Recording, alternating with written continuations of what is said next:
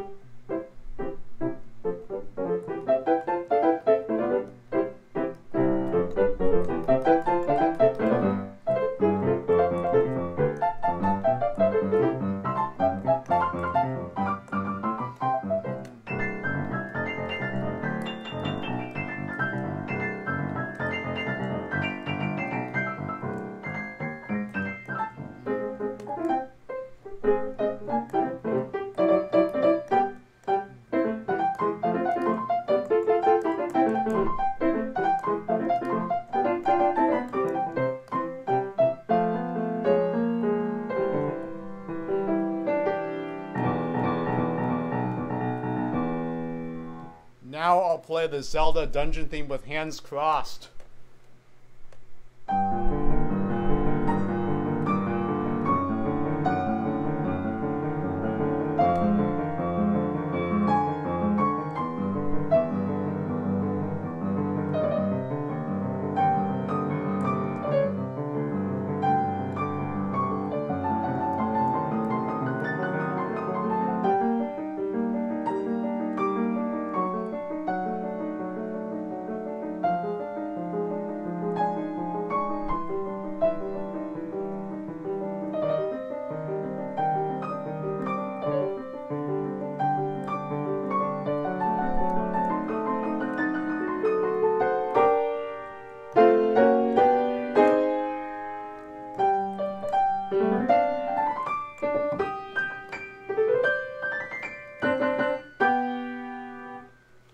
Alright, so that's Zelda dungeon theme.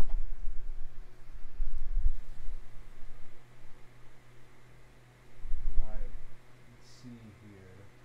Why are the stats not updating? It says 0 people watching, but of course it's not 0 people.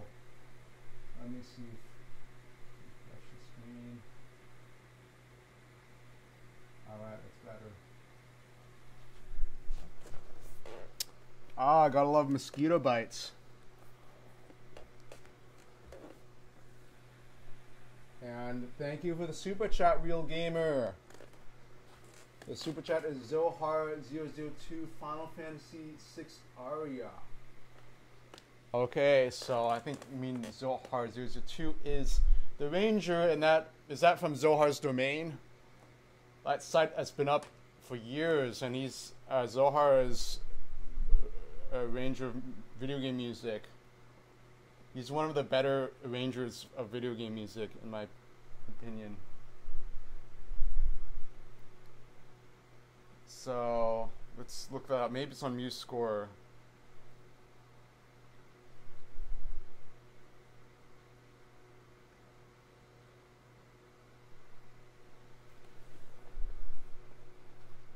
Oh, he vanished. What happened?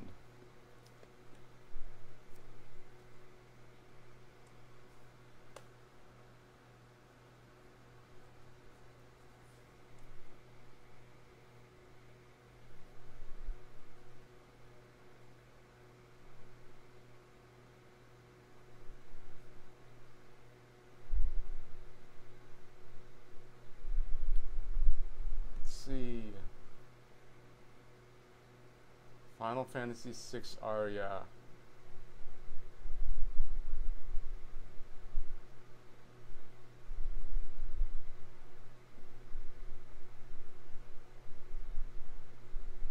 Trying to look for the sheet music. Alright, there's some person on YouTube is playing it. Is it this Ario di Mezzo?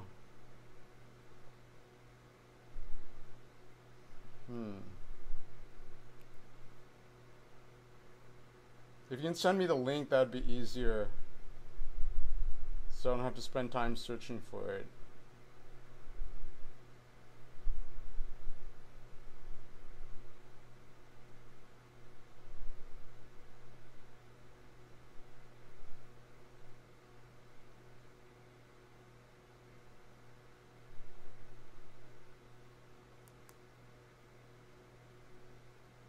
Oh, here it is. It's from a Jehovah's Witness website. Oh, it's a YouTube video. Oh, there's a link to the score in PDF. Oh, so far we can't open the page because the server can't be found.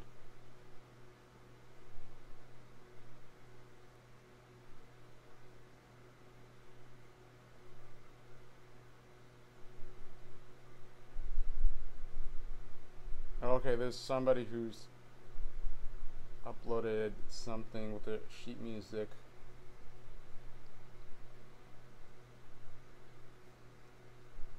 Ads.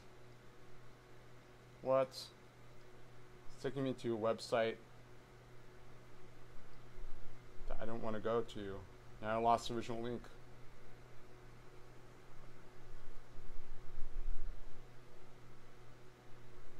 Alright, so can anybody search for the Final Fantasy VI aria piece so we don't have to waste time looking for it?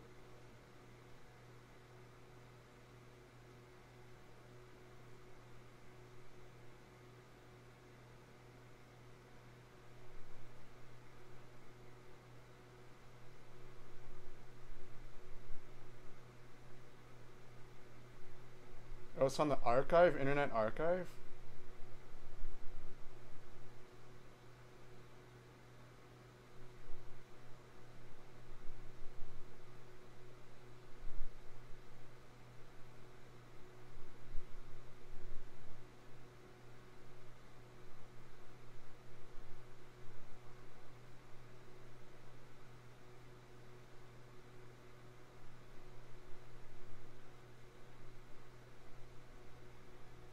Alright, it's downloading zip file. Or maybe not.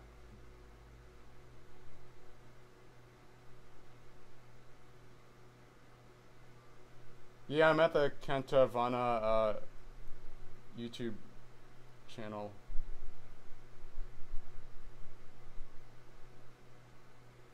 Yeah, I'm at the sheet music link. Let's see. It's in a zip file, 48.5 megabytes. Let's see about that. Doesn't seem to be downloading right now.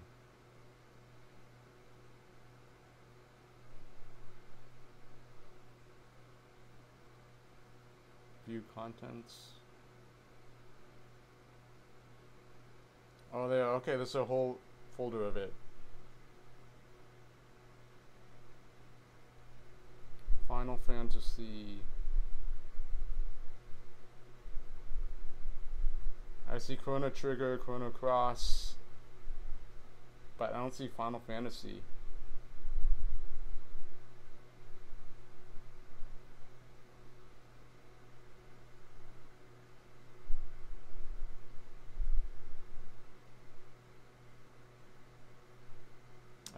Well, if you search for it, I'll play it, but in the meantime, I don't want to spend so much time on this, or to spend, it's already slowing down the stream, and I don't want to get into this rut, because every time I stream, always happens that I always tend to be talking, and then I'm not playing the piano, and I'm sitting in front of a piano, I'm not playing it. It's one of the most frustrating things ever.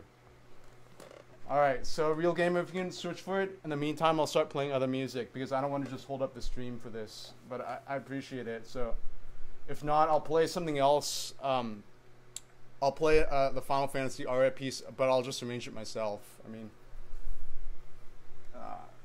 yeah, because it's just not reasonable for me to search for the sheet music right now.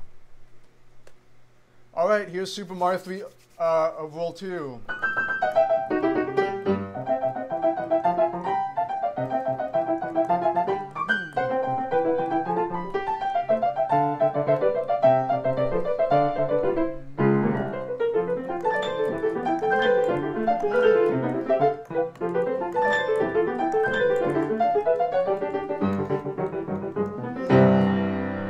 And the intro to Super Mario World.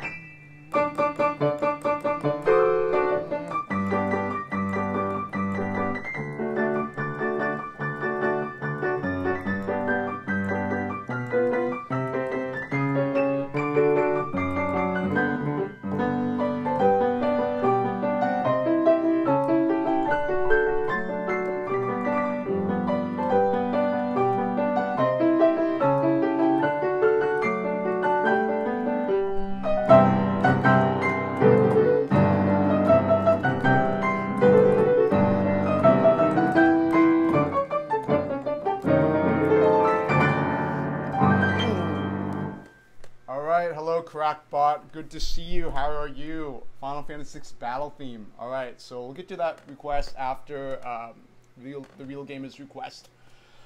Alright, so let's figure out how to find this arrangement that I've spent 5 minutes looking for you know, this aria thing, Final Fantasy VI.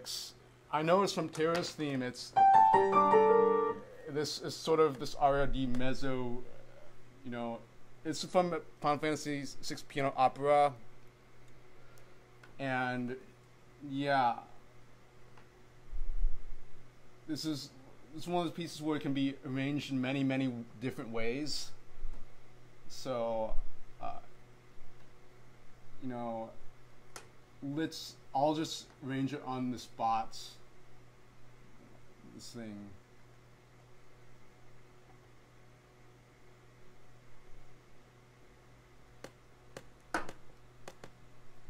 Alright, Crackbot, on MuseScore's Battle 2 FF4. Alright, it's Final Fantasy 4, not 6. I misread the IV and not VI. So I was reading, you know, why they use Roman numerals. Because the Romans, I think because they didn't understand the concept of 0. So that's why they use all these Roman numerals instead of like 0 as a place marker. Instead of 1, 2, 3, 4, 5, 6, 7, 8, 9, 10. To write 10 or 9, they'd write I and then X rather than 1, 0. So it became like much more complex to write a number like 99 because they'd have to write like, instead of because of the 100 minus 1 would be 99, but they didn't understand that, so they use all these Roman numerals. That's my understanding of it.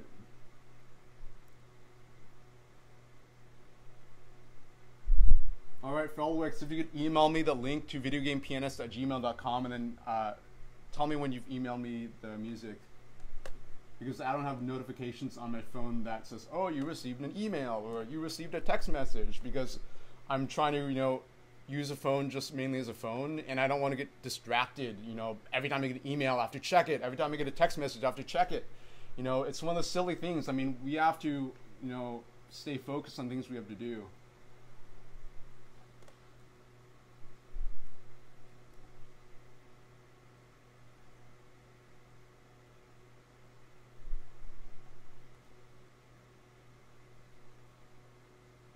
Alright, let's search for the Final Fantasy VI aria.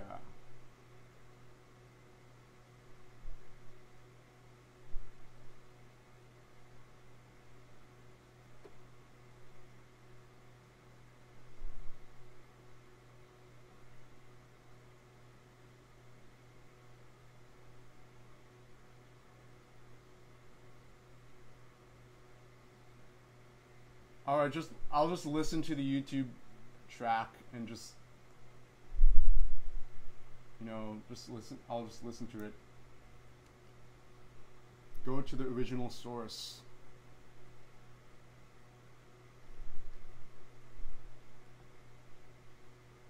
Live with the Swedish Radio Symphony, Ario di Mezzo Carattere.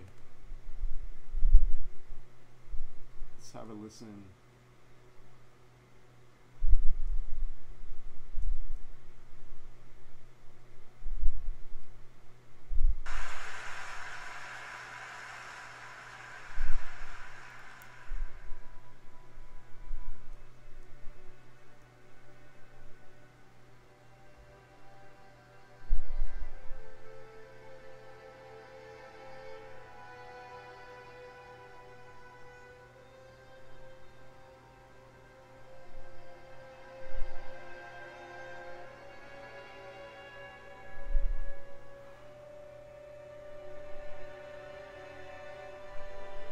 Okay, this is an introduction before the solo.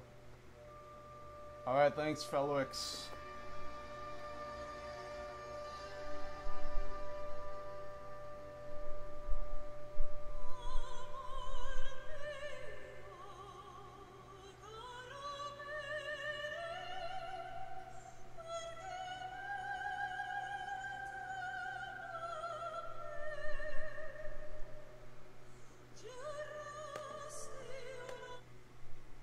Oh, that's from Celeste's theme.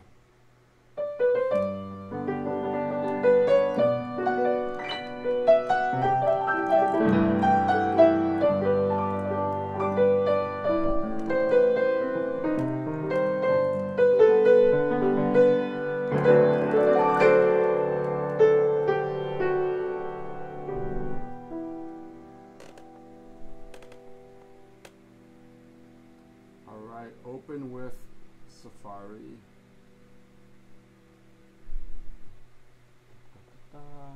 Alright, here it is. Thank you, Felwix. We found it.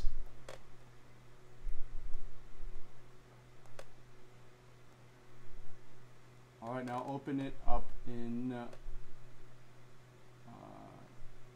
sheet music reader.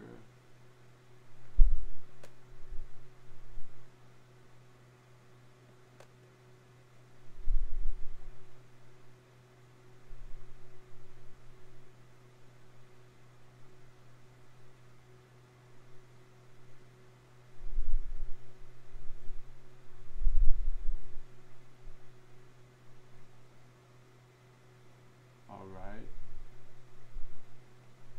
Now to open it.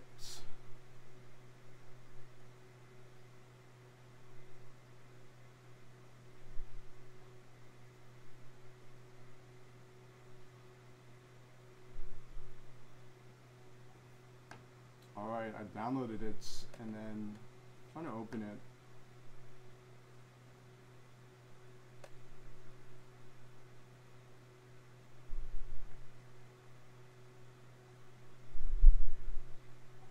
Direct download. Yeah. How do I view downloaded files on an iPad? I don't. This is the only Apple product I own. I use Android. I bought this because I was going to transcribe music on it, and it was like the best handheld device that picked up like 250 strokes a second or something.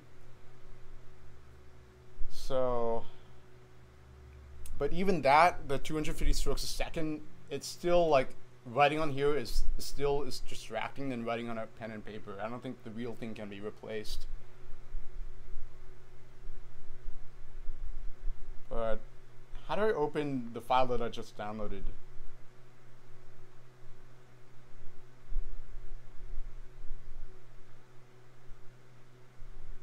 Because I want to use the page turning device on my, so I don't have to swipe it. But you know what? Maybe the piece is slow enough that I could just use my left hand to swipe it.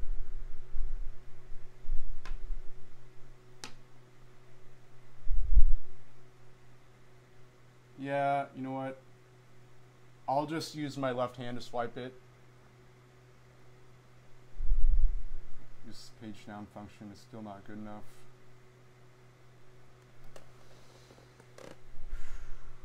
Alright, here we go.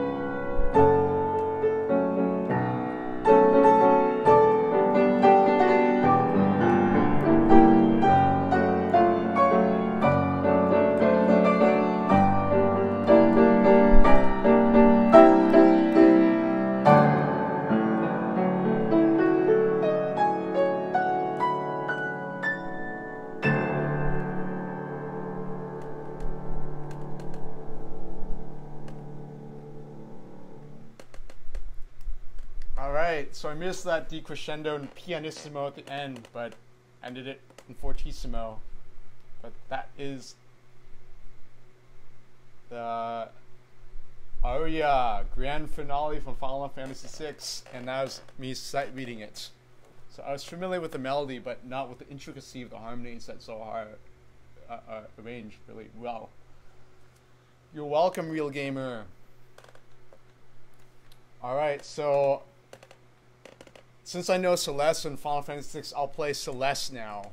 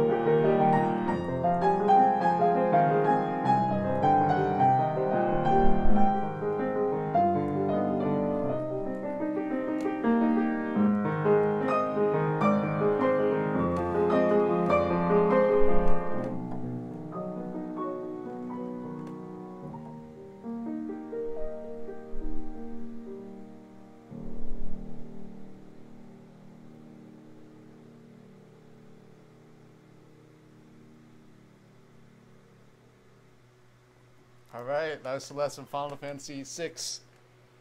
Thank you, Real Gamer.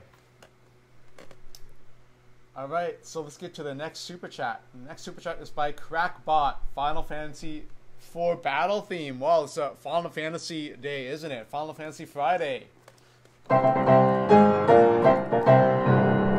Alright, so let's look up this arrangement. You score battle 2.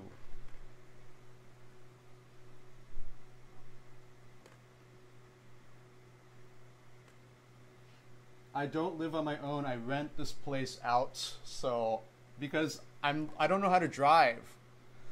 So because since I don't know how to drive Magic Piano Reime, I'm limited to where I can live because I have to go to work. And I don't want my commute to be super long, so I need to take the bus or Lyft. I used to bike, but I don't bike anymore. So I have to basically, for practical reasons, I can't live like more than like 5 or 10 miles away from where I work regularly, because I teach at a college. Because I'm a professor of music there, I teach piano. So if anybody's in the Los Angeles area and wants to study piano with me in the fall, you're welcome to. So I don't know how to drive. I'm learning how to drive. But in the meantime, I rent a place out from... I've just rent a room in a house. So this place here, this furniture is not mine. Only the piano. I mean, if you consider the piano like an elevated piece of furniture. I mean, it's really an instrument. But, I mean, not really furniture. I mean, I don't even like it when people put books on a piano. I think it ruins the soul of the piano. But anyways, that's just a totally different topic. So this place, I just rent out, and eventually when I learn how to drive, I'll be able to have much more options on where I can live, because that way I can drive to work rather than, you know, have to walk or take a lift or something. All right, so let's go on to Final Fantasy IV battle theme.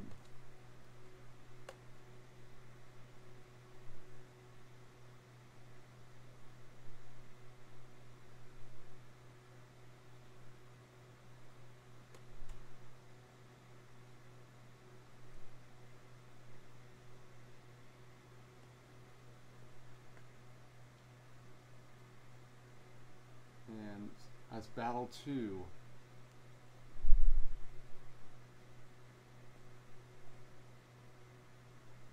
By Basic Sensation. Is that it?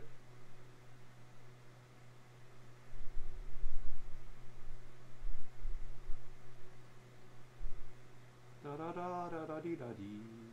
Da dee da dee da dee dee. Alright. I think I've heard this before, but I've never played it on the piano.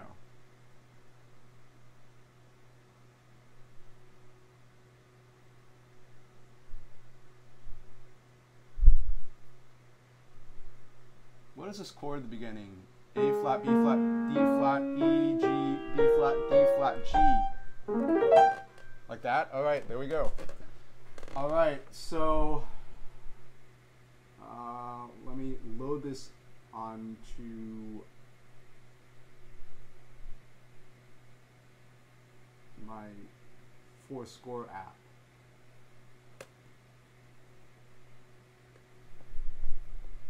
Oh, Kulik's theme on Mario RPG.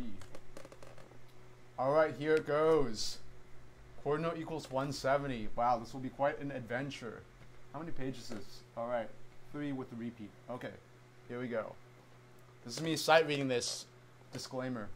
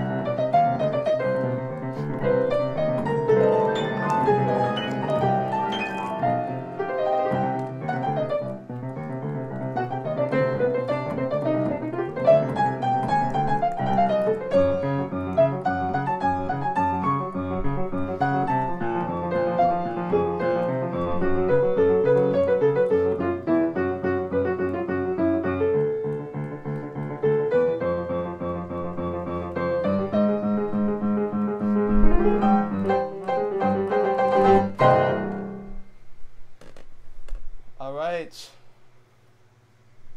Thank you for the super chat, Crackbot.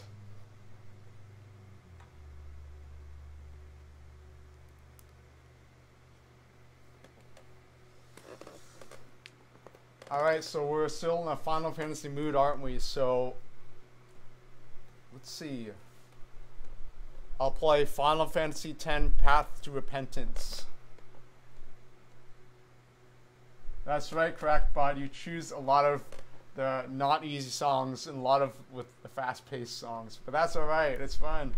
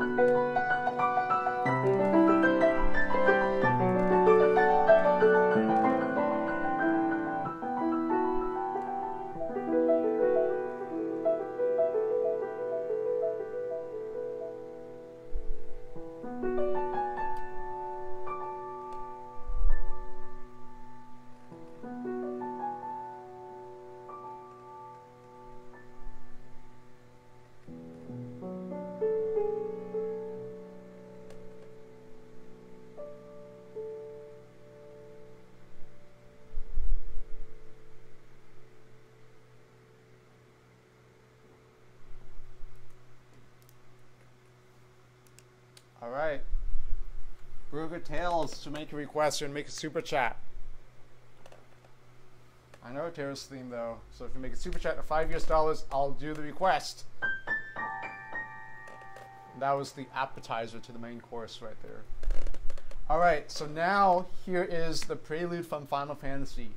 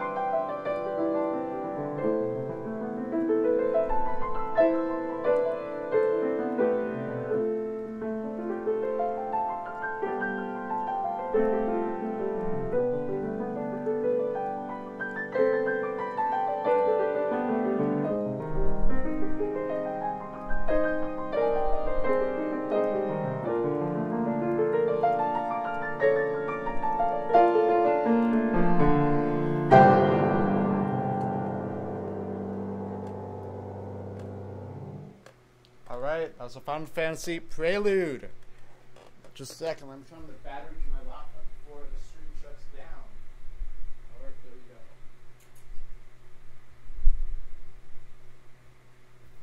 go. Battery is running low, got a signal on my laptop. I forgot to turn on the power to the AC. The laptop was plugged into the outlet, but the power was not on.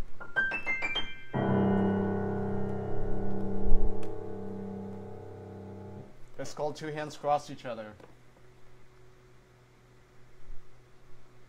Right, Real Gamer, just make a super chat.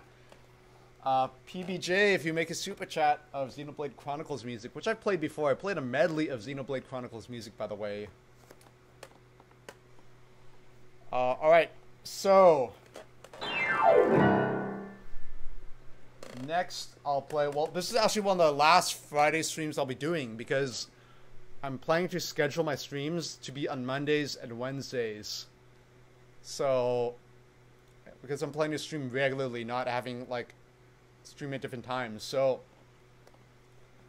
I think just Mondays and Wednesdays is when my schedule will be best for streaming. Alright, thank you, Burger Tales. SEK from Sweden, right? Those are Swedish crowns, if I'm not mistaken. Alright, so let's check how many Swedish crowns is equals to dollars. Just a second.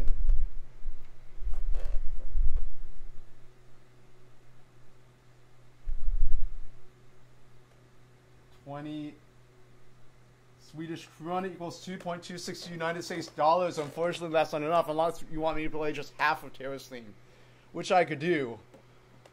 I can just play half of Terra's theme. Or you could donate another like 25 Swedish krona, and then that would equal $5 US. So it's up to you, Burgertail. So let me know what you want, what you like to do. In the meantime, continue on the Final Fantasy Friday stream. I'll play my arrangement or my improvisation of Yuna's Determination, also known as Calmland's music.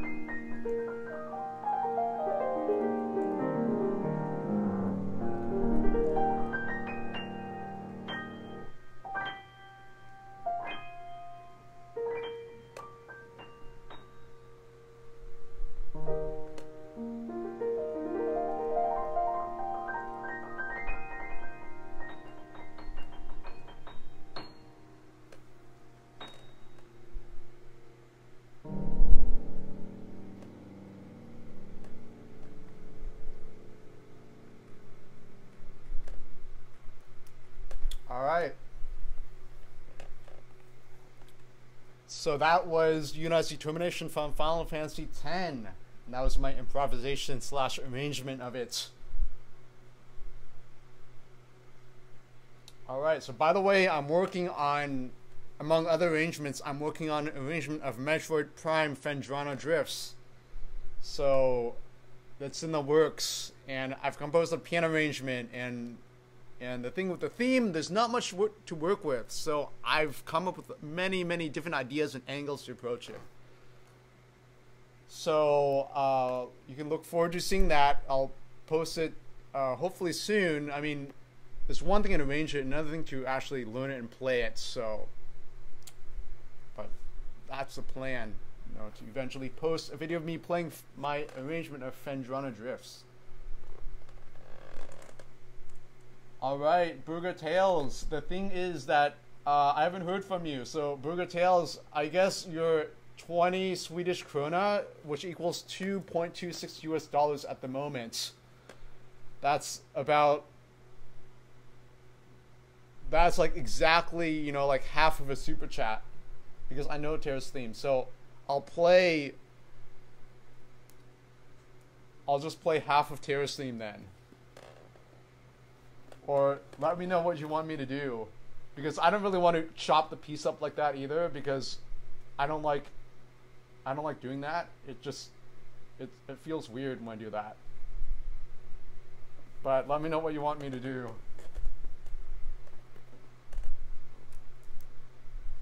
In the meantime, oh, thank you, Burger Tales.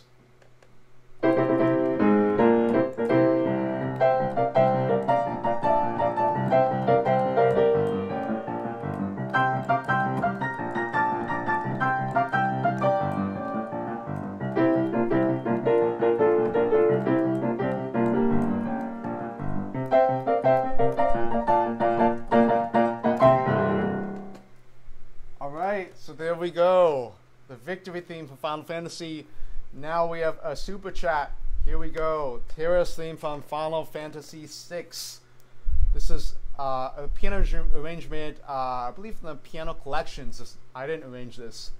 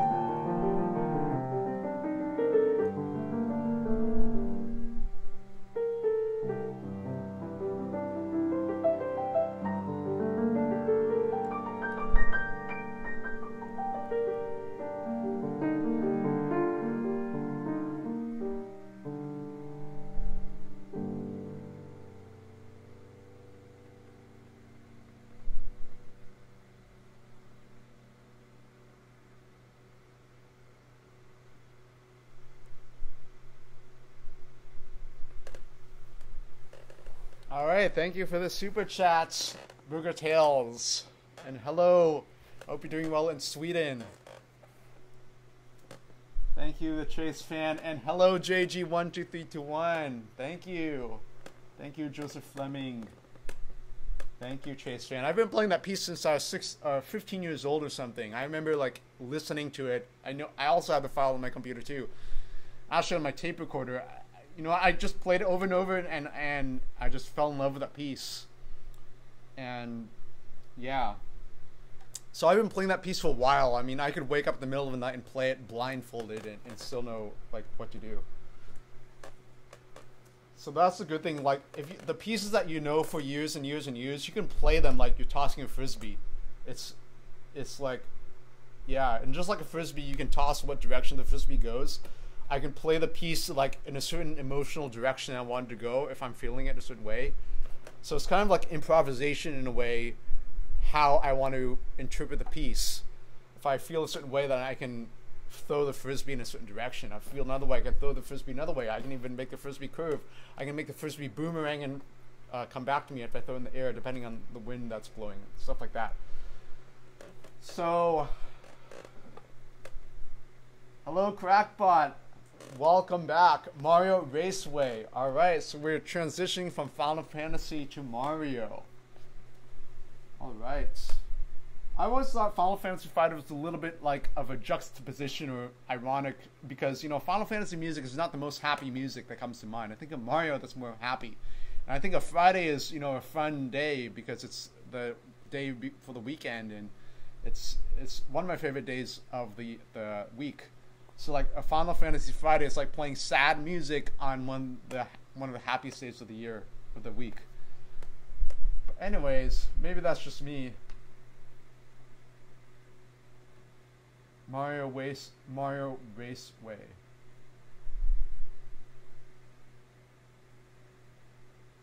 Hello, Gothic Flame. Alright, this is Mario Raceway from Mario Kart 64, arranged by Bowser Dude 729.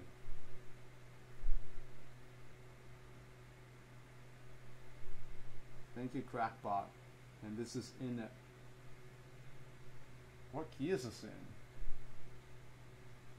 There's some introduction in A flat major. Then it goes to F Mixolydian.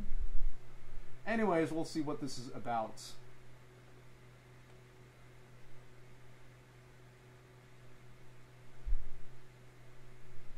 Enough of the theory speak. There's no point in talking about music theory about video game music if you don't enjoy the music in the first place. The most important thing is you enjoy the music. Music theory is just basically to back up and explain in words why something is beautiful. But sometimes you can't explain why something is beautiful, right? If you look at like a beautiful face, for example, how can you explain that it's beautiful? If you look at a sunset, can you explain why it looks beautiful? Can you analyze beauty? So that's why sometimes music theory has its limits. Sometimes music theory can't explain beauty. Alright, here's Mario Raceway.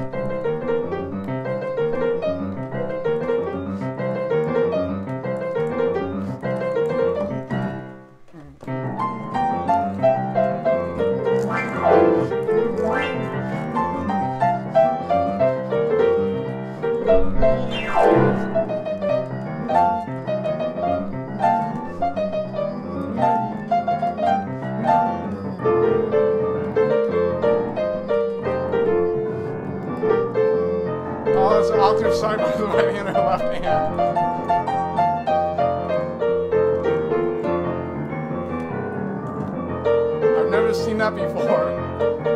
This octave for the right hand, maybe it's like that.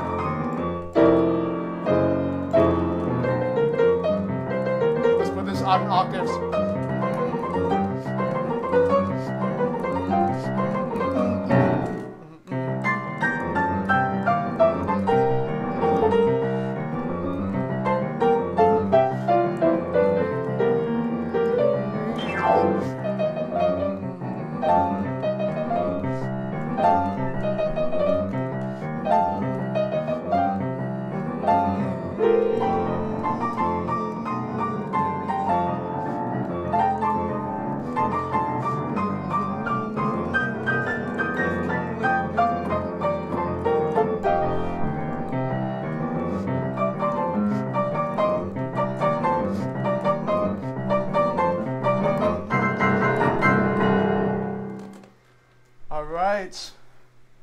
So there's this octave sign. Thank you, everyone. Thank you, Taiju Sakai. And thank you, Gothic Flame. Yeah, Final Fantasy music is really emotional. Thank you to my green eyes. Thank you, CWT7. Thank you, Oli. Yes, it is a fun piece. I played it before. Nintendo created their own arrangement of this. But, you know, I don't want to say which one I like better, but because, you know, I know some people at Nintendo, I don't want to hurt, you know, I want to stay neutral about this, which arrangement I like better, Nintendo's version or this version. Alright, thank you, Gothic Flame. Yes, I know Street Fighter music, like Guile's theme. Yes, Black Nun 2, it is a skill to learn how to speak and sing while playing the piano. It's you know, it's tricky. It's an issue of multitasking, right? Thank you, Tana Eustace. Thank you, Stanley. Congratulations for completing your bio final. Thank you, King Me Ellie. Yes, our dancing. So I was trying to figure out, like, what does this 8 octave sign mean? Because there's one above the bass clef and there's one below the bass clef. So, like, do they cancel each other out or something? But I think what it is, I think it's like it's a thing that's, you know, it's a typographical mistake from the software. I think that one of the 8 V8 signs is for the right hand. So instead of playing there, it's supposed to be there. And then the left hand should be like one octave downward.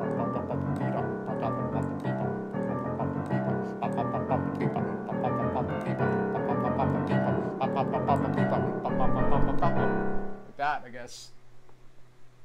All right. The swag, CWT. Well, first of all, you have to play Mario Kart. You just have to be confident in playing Mario Kart, right? Then playing this is just like playing Mario Kart. Alright, anyways. So that's that. Yay, the stream is boosted up to 37 concurrent viewers. So we're 13 viewers away from unlocking guests of the stream. So tell your friends to join the stream as well. Spread the stream by word of mouth, right? So if we get 50 concurrent viewers, that unlocks Guess the Theme. And guess what? Eduardo W is not here, and a lot of the other stronger players. So you may have an even greater chance of winning. If you win Guess the Theme, you get to make a free request, right? You don't have to make a super chat. You get to make a free request if you win Guess the Theme. All right. Here is another super chat by Real Gamer. Street Fighter Viewers Theme, $4.99. Ooh, 1 penny short of $5. Maybe I'll play one note less, like. And then I'll leave out the G because you're missing 1 penny, right? But I'll just play the G really softly like that, maybe. Who knows? We'll see how it goes. Street Fighter Viewers Theme. All right. I think Yoko Shimamura composed Street Fighter music. She's a very strong and creative composer. I like her music. She has a really good, strong, and individual voice. And yeah, I think she even played, if you look on YouTube, there's a video of her playing Street Fighter music with the 1-ups, I think, if I'm not mistaken. So check that out. It's always funny, it's always great to see video game composers performing their music. I mean, there's even Koji Kondo performing his music now on the piano, so it's great to see, because you could see what they intended when they actually play it. Well, there's a lot of video game music out there, Tanner, so there's not just Nintendo video game music out there. And, you know, thank goodness, because we need a wide variety of video game music. If there's just a monopoly of just Nintendo music, then video game music wouldn't be what it is. And I believe that the system that the game is on affects the way the music is composed to a certain degree. I mean, if you especially look at music in the 80s and 90s, Sega music sounded different than SNES music, etc. Oh, you don't like video game music? Well, you know, video game music is the next thing. You know, it's up and coming, so who knows what it'll be 5 years from now. Alright, so let's look at Street Fighter Ryu's theme. Video game music is the next up and coming thing.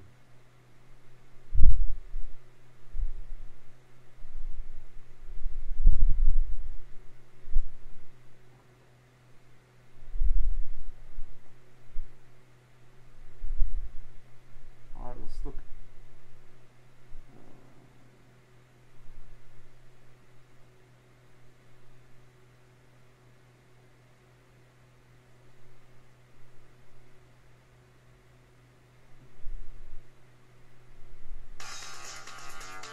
I've heard that before. You know, it depends where they're coming from and what real music is. Because I've heard this argument a lot before, saying, oh, video game is not real music because blah, blah, blah. And I understand the sentiment behind it. I understand what they're saying. But it all goes to the definition of what music is, right? Well, if we want to start with what video game music is, it is music that's written for the purpose of being in a video game. So we're not talking about songs that are licensed to be in a video game like Grand Theft Auto sometimes, but music that's been composed to be in a video game. So now here's the thing, like, say you take like a really, like say the composer told, okay, compose this 3-minute piece for me, and the composer writes it, and it's put in video game.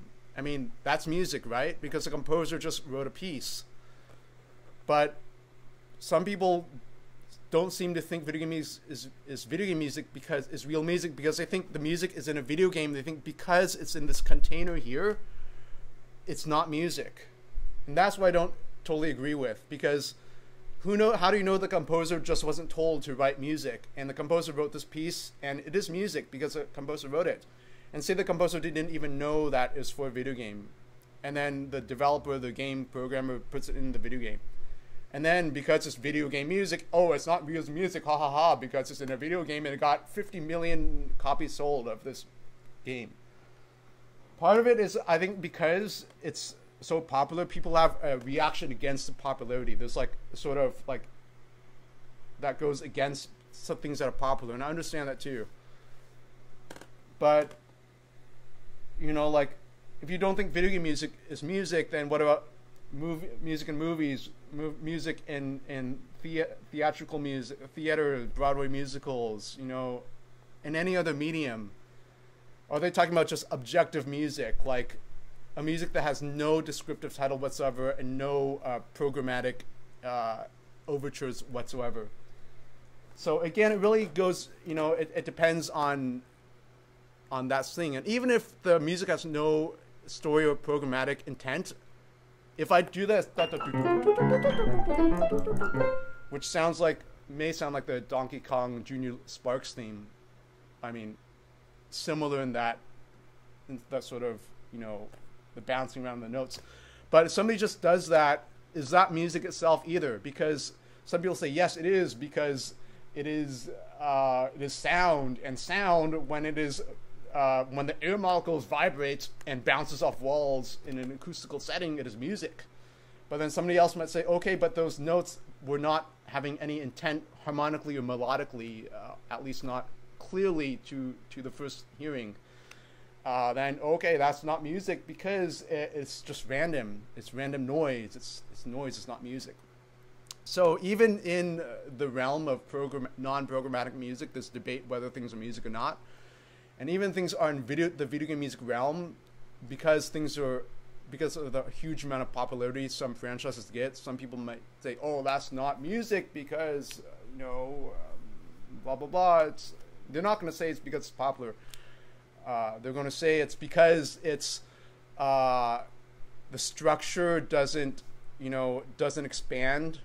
It's not much motivic development. It's not like oh, a Mozart symphony or Beethoven symphony that's 50 minutes long. It really depends on what they're saying and what they're thinking.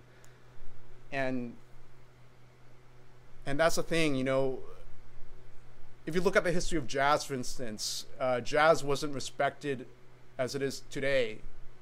And it took jazz a long time for jazz to gain respectability. So there's a possibility of genres gaining respectability over time. And partially it has to do, with more and more people playing it and listening to it and enjoying it. Yes, I admit that a lot of the video game music, the composers themselves may not be the most experienced composers. A lot of the video music composers in the 80s and 90s, I don't think many of them had like serious formal training in composing music. But again, a lot of pop music, a lot of, I can't speak for everybody, but a lot of the pop music, I don't think they had much formal training either. I mean, there are conservatories that teach music composition and people spend their lifetime studying it. Those, I'm talking about those people who are really trained and they compose music. But just because if they don't have formal training doesn't mean they can't compose music or they can't compose music well. But if you talk about amateur composers versus professional composers, there is, at least to my ears, there is a difference.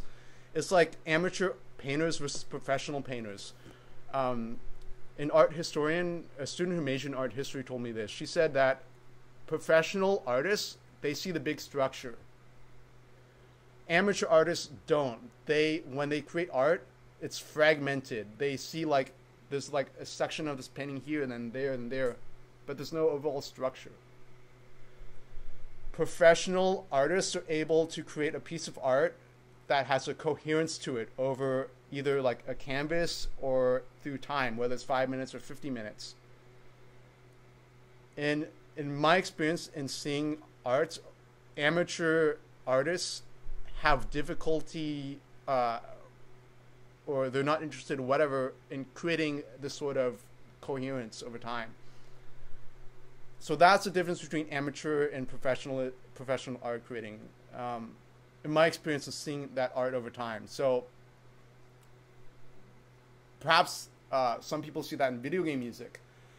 Because the video game music as a nature of being short, because of sometimes for the history, in the 80s, the file size would be small, so composers had to loop things over and over.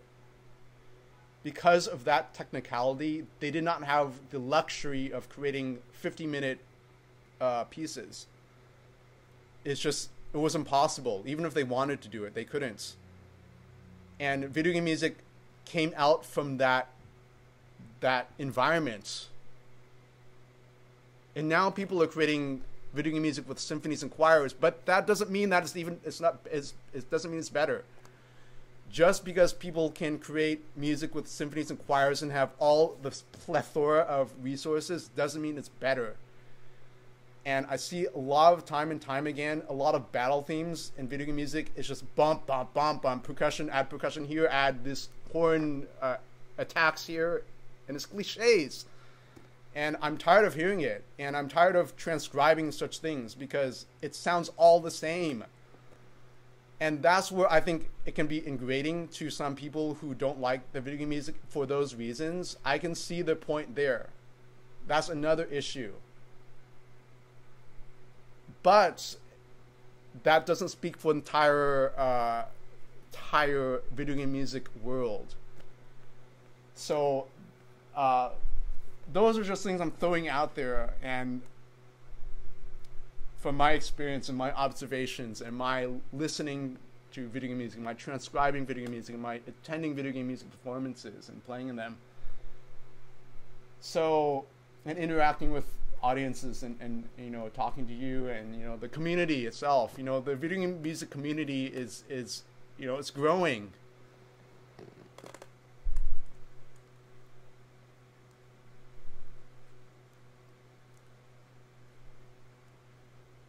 Yeah, there's another group that's saying, oh, I don't like video games, so video game music isn't music. Well, think about all the video games you played, even like Simon. Like, I played Simon when I was like 3 years old. I mean, that's a video game itself. What about like Jeopardy? Isn't that, I mean, Jeopardy on the computer, right? Or like Who Wants to Be a Millionaire, the video game version. I mean, that's a video game too. You know, like, you can say like shutting the computer is like a video game. I mean, if you're using the computer for work, it may not be like a video game. But, you know, a lot of people play video games, even like casual games like Candy Crush or Plants vs. Zombies. But I see that point, because people who play video games are more likely to appreciate video games than people who don't play video games.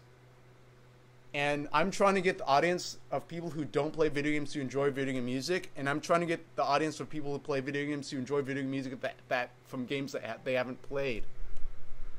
So they're like those two sides, two different spectra, plural of spectrum, if that's right. But that's what I'm trying to develop. And yes, there are people say, oh, I don't like movie music because I don't watch movies, or I don't like TV music because I don't watch TV. I mean, I don't know. But that may have to do with people, you know, their experiences and them being only living within their so-called creative environment, their environment they want to live in. If they haven't tried certain food, they're not going to like the food. If they haven't, you know, they haven't gone to a certain city, they say, I don't like that city because I haven't gone there. So, you know, it may have to do with their openness to new experiences too, and it may not just have to do with them not playing video games. Yes, I know there is a super chat. Thank you, Taiju Sakai. Thank you, Oli. Yes, you learn a lot from experience, and I learned that myself. I mean, school is good, but you learn a lot from life itself. School will only teach you a certain amount of things, and I'm all for education, but when I know I'm still learning after I got my doctorate from USC 3 years ago, nearly 3 years ago. And, you know, I'm still learning. It's not like, okay, I got my doctorate degree in piano performance, haha, I can play everything in the existence of the universe. No, that's not how I think. I'm always learning pieces. I'm always learning something new. I'm always trying to become a better pianist than I was yesterday. I mean, that's what Baryshnikov said, like, reportedly said. He said, oh, I want to be a better dancer than yesterday. So that sort of thing. School only teaches you a certain amount, and school can't be too difficult, because if school is too difficult, nobody would pay to go to college, and they'd all flunk and fail, and they wouldn't want to go to college because they'd fail. So school, they cannot make things too difficult, but they can't make things too easy either, or else they won't be accredited, right? If they make things too easy, they might not receive accreditation because, oh, the school is not meeting a certain amount of tough standards or whatever. I don't know the accreditation standards, but obviously, I mean, common sense, right? So school can't be too hard or too difficult. So when it's not too hard or too difficult, all you really need to do is just be above the average of your class. I mean, you just need to be above than what most students are at. and you'll be fine in classes. Like when I was in school, I never strived to get like a 4.0 GPA. I mean, my GPA was a little bit less than 4, but it wasn't, it wasn't 4.0. Because I want to do like piano and play video game music and stuff like that. If I just want to get a 4.0 GPA, I just have to be focused on that all the time. But I think for school, as long as you're ahead, okay, as long as you know like you're ahead of like the average level of knowledge of students in your class, then you'll be fine. That's what I see it. I don't try to get like the 4.0 perfectionism, because I think the time that you spend to just eke out that extra point, zero 0.08 GPA is not worth it. I mean, okay, Black Note 2, that might be an exaggeration. I mean, okay. I mean, there are things obviously you're going to learn more than 6th grade and beyond, but I see a point. I mean, there's a saying like, okay, when you're 12 years old, you know everything in the world, right? I mean, I think that's a French saying. Like, when you're 12 years old, you know enough knowledge to live in the world.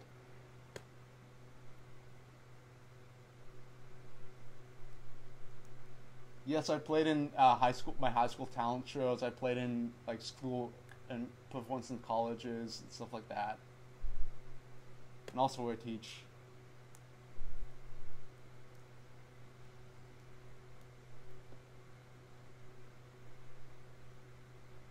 Yeah, I actually found college easier than high school. It's funny because in high school I found everything much more demanding, but in college things were much more easier. I found, well, at least the college I went to for my undergrad, it was just, it wasn't like, so the classes were not so difficult. But in high school, like I had to learn, I remember like taking AP classes like physics and calculus and just like spending a lot of time studying that stuff. So that's the thing. Like, I don't want to say, I'm not putting down education. I think it's important. I think you should stay in school, not just drop out. I mean, I had when like back in college, I was getting so many performance opportunities that I thought maybe I should drop out, because I was like getting recognized on the street when I was in San Francisco, like performing. Like, I remember like this mom and a kid. This kid was like holding up he was like walking around like, I'm an entrepreneur. And like, yeah, it was funny. Like, people would recognize me on the street and I would begin a lot of performances. And back then I was like, okay, maybe I should drop out of school because, I could like do video music full time. I mean, look at what I'm doing right now, right? But I stayed in school and I got, the highest education degree possible. And, that's that. And there are perks of getting a doctorate degree, of course. So I'm not saying education is you don't learn anything in school. I mean, that's the problem. Whenever I bring up this point, a lot of people, they take it too much as of an exaggeration, and they may think, oh yeah, that's right, 6th grade and on, it's no, you don't learn anything, or not much. But you do learn things in school, like critical thinking, like how to socialize, maybe even networking. Like a lot of people I stay in touch with today, I know from high school. So you think, okay, networking is just for college and beyond. But actually, no, you might network with people in high school, actually. And you might still be in touch with them like 15 years later. So that's the thing.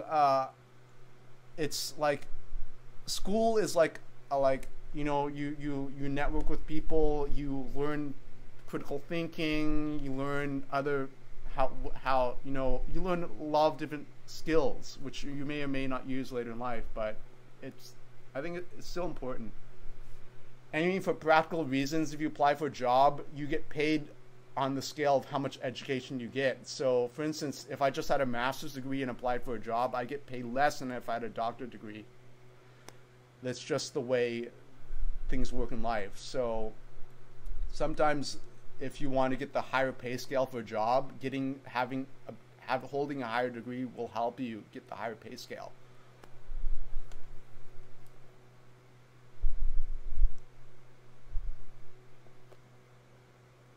Yeah, you get out of education what you put into it, right?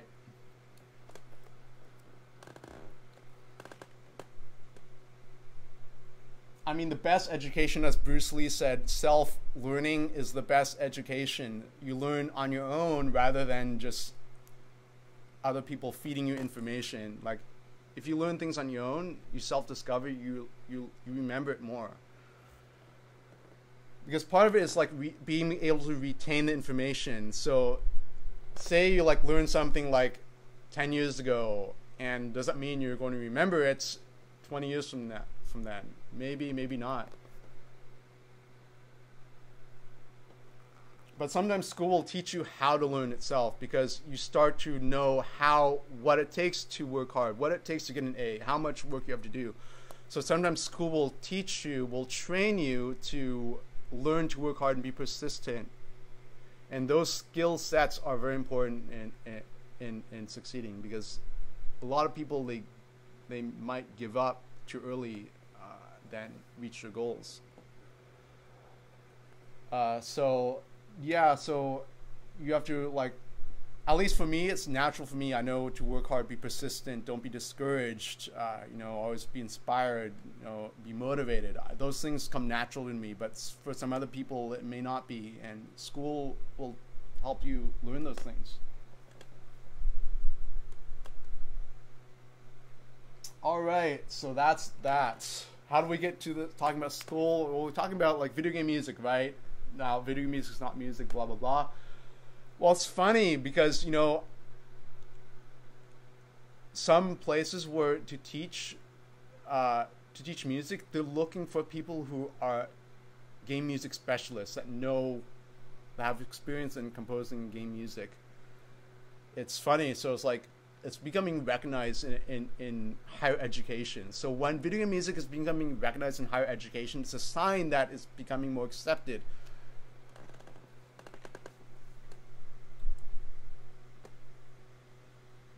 All right. So Mr. Gimmick equals awesome game music. Well, things depends on what it means. I mean, gimmick in music, I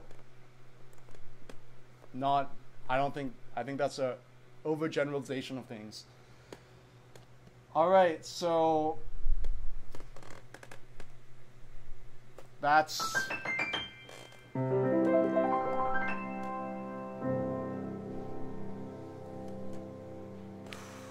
to stay motivated and continue to aim for your goals. Well, you have to, it depends on what goals you want to be. Like, if I say I want to be a billionaire in the next month, I don't think it's going to happen, right?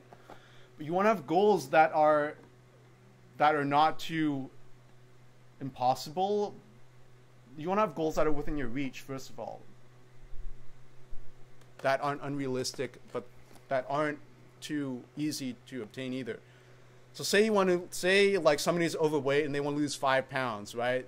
Their goal maybe to lose like half a pound a week, which is, I think, within the with a healthy amount.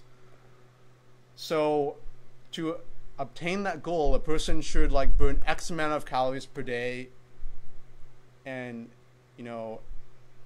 lose the amount of weight per week to lose 5 pounds. So they should be persistent and not give up, and say they eat like a chocolate cake for lunch, and then, okay, they don't just say, oh, I give up, that's it, I'm not going to lose those 5 pounds. They should keep on working at it, and they should keep on working out. They should keep on improving the diet. They should get like a MyFitnessPal app to keep track of what they eat. So that sort of thing. So you should always, like, they may be setbacks. You should always be persistent. So for some people, it comes more naturally than others.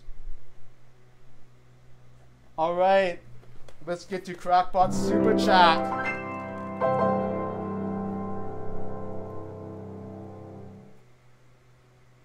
All right, Contra Stage 1 Jungle.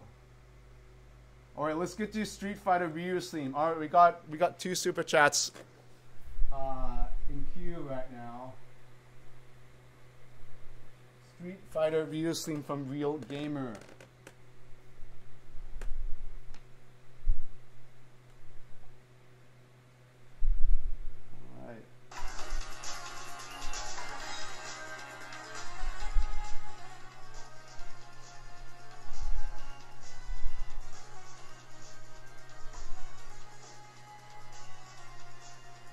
don't know who Imai Jones is.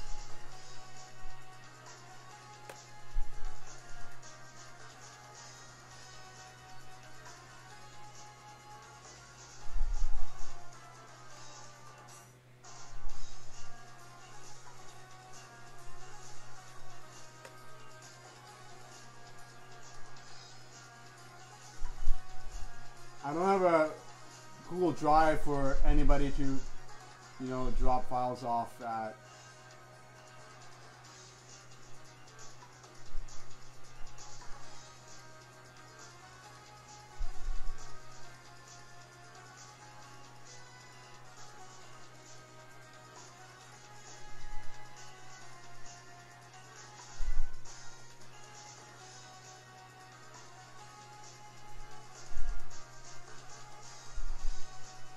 I see. Sonic the Hedgehog song covers.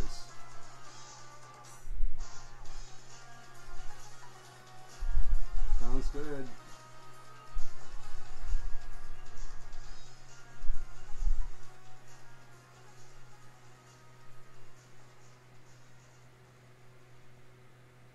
There was a piano tutorial for Street Fighter 2 Viewer Stage. 8.5 minutes long. It's a little bit too long. Jelly Note has sheet music for Ryu's theme. Hello, Bally.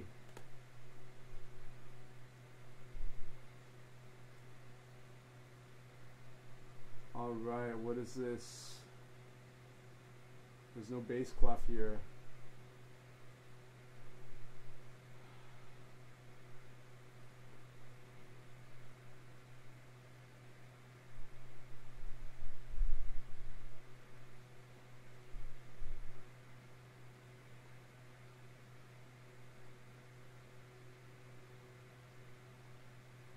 I'm good. I'm playing Ryu's theme for super chats.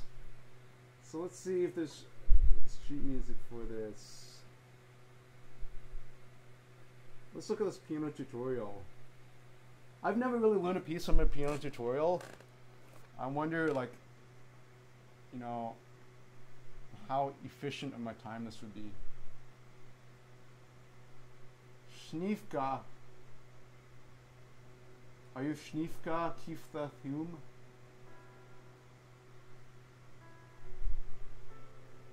Alright.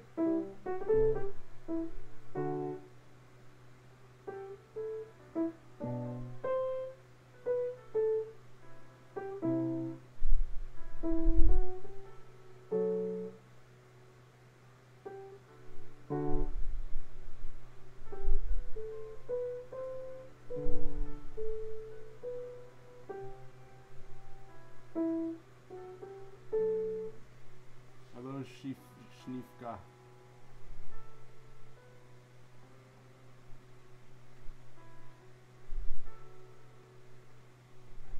Alright, let's go, let's find another sheet music version. That tutorial thing is just, it drives me crazy sometimes, because it's just a really ineffective way, in my opinion, to read music, learn to read music. I mean, the amount of time for that 1 minute of playing those notes, I could see the sheet music in like 10 seconds, just memorize it.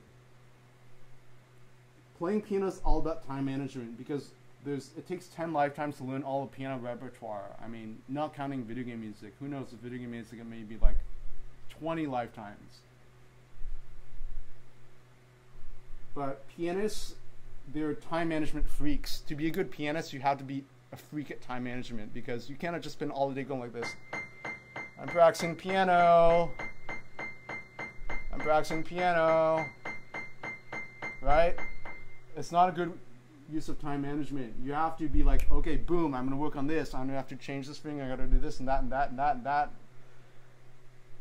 That's how you get good and improve at piano, by getting good at being good at time management. And it's not only that, at the piano you have to be good at managing your practice time and how to fit in your work and sleep schedule and eating schedule and exercising, everything into your schedule. So it's like a meta thing. Thank you, Schnifka.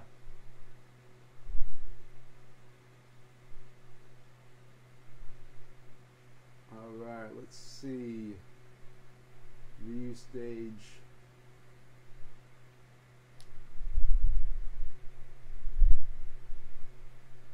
Let's look on Muse score.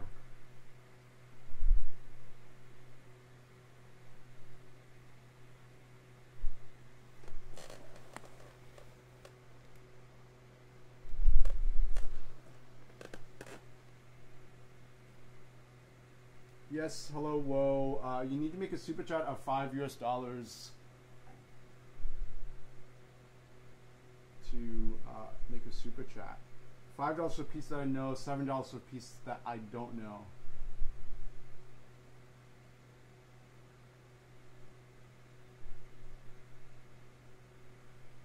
Okay, there's the Street Fighter 4 theme of Ryu here. Okay, this actually might be workable. There's no bass line, but why not?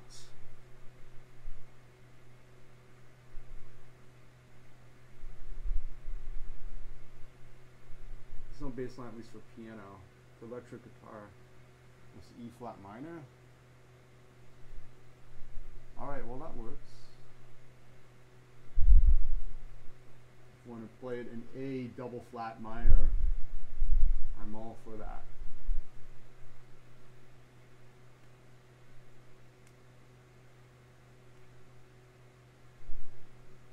Yeah, because there's really no other way. Like, I learned to transcribe music because I forced myself to. I had no other choice because, you know, I was doing this before, like, people are doing this, you know? Before there was, like, sheet music for video game music, I had to transcribe a lot of things myself, which I still do. So I had to transcribe thousands of hours of music and just do it over and over and over again. So again, I didn't give up to do that. I developed the skill if I'm doing it.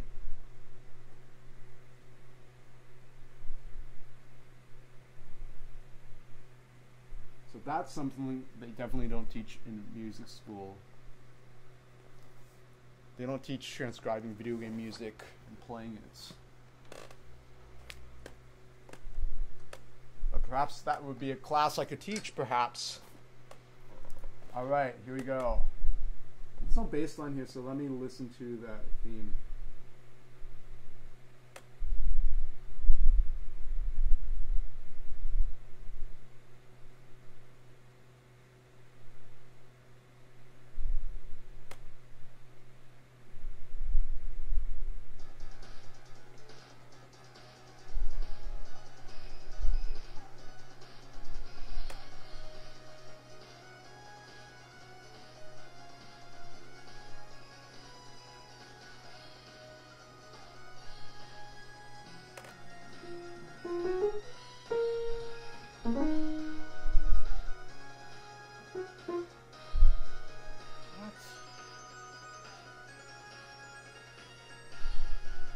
Repeats.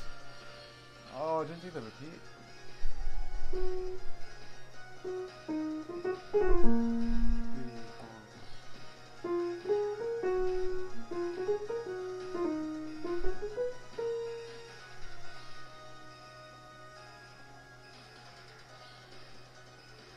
Oh, they don't take the repeat for some reason. Whatever.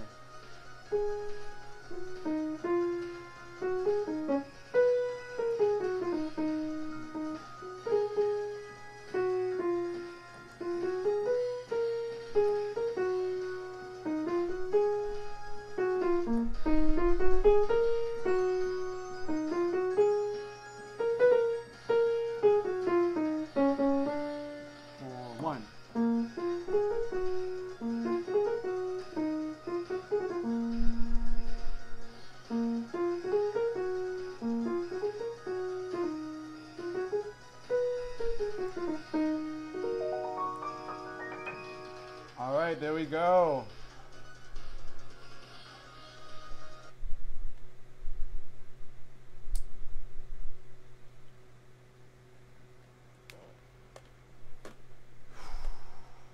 Hello, Jonathan Kava.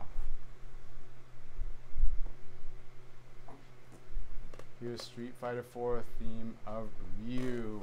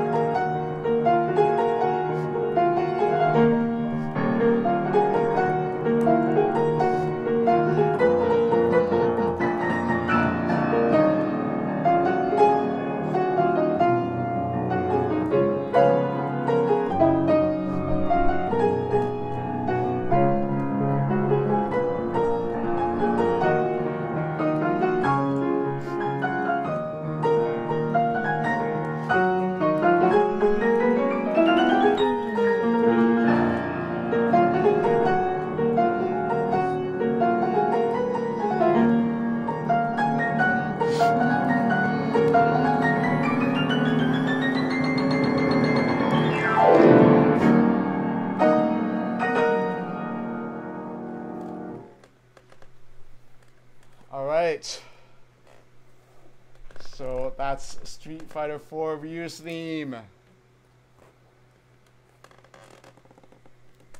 So basically, if I'm in the right mood, it's easy for me to play things. See, a lot of things that have to do with piano playing have absolutely nothing to do with piano playing. I'll say that again. How well you play, many factors that go into piano playing have nothing to do with piano playing. It has to do with you as a human being. It has to do with you, with your personality traits and how you communicate in speaking. Those things are absolutely essential to playing the piano. A lot of people think that, okay, I have to do this.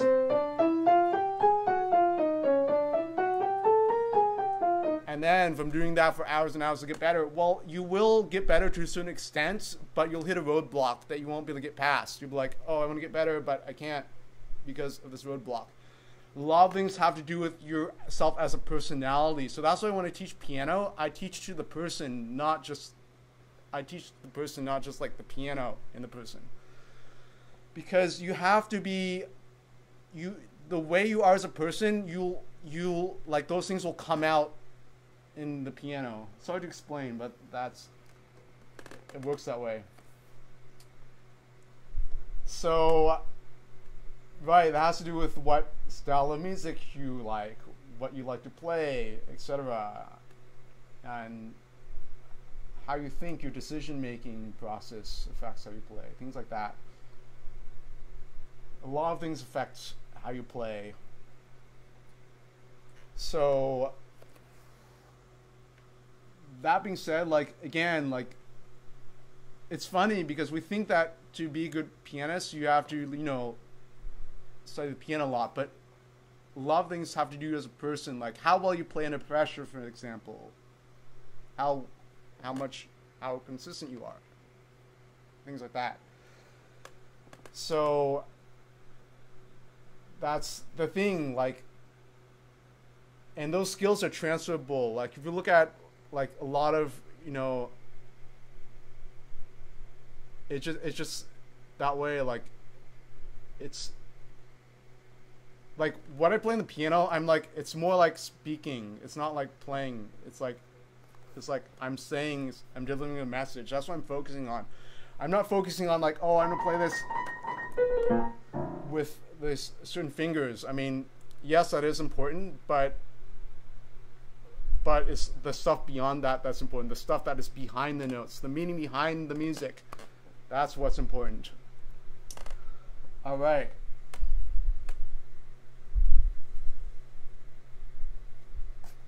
Yes, I am the blindfolded pianist, Joe Rogan. Hello. Welcome. Yes, so yeah, I used to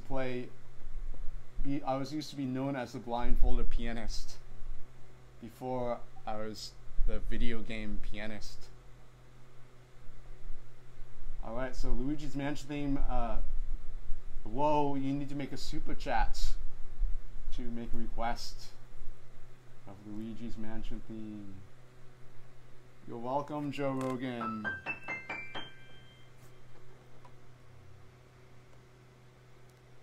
Yes, that's me from the Super Mario Medley video. So if you've seen the Super Mario Medley video, that's me playing blindfolded in the video.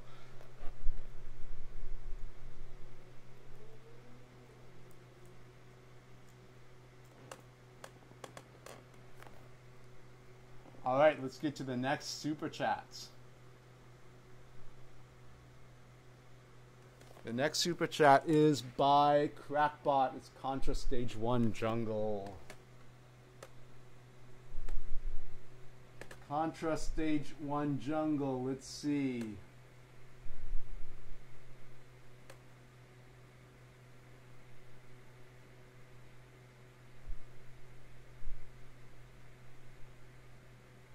Stage 1 Jungle, arranged by Thomas Wilson. Alright, this is pretty challenging to play. I mean, to play this at 16th notes at 140.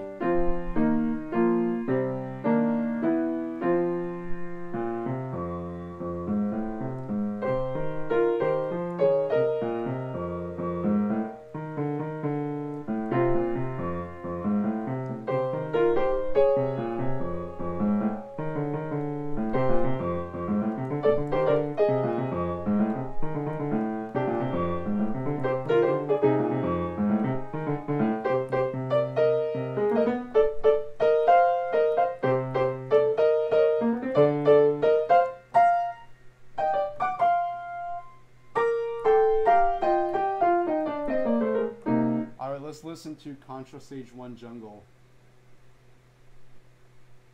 Contra Stage 1 Jungle. I feel like I'm in jungle of piano notes and I have to play them at a fast pace.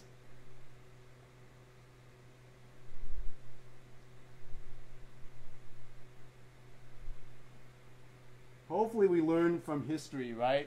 But sometimes the saying is the only lesson from history is that history doesn't learn from itself. But that's kind of like, you know, a nihilistic view of things. But hopefully people learn from mistakes.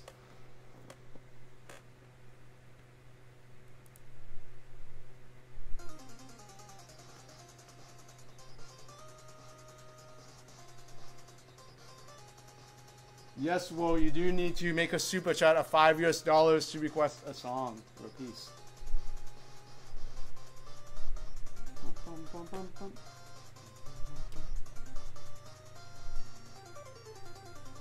Alright, so the melody is much more prominent than the bass line, so I can kind of like play left and a little bit less.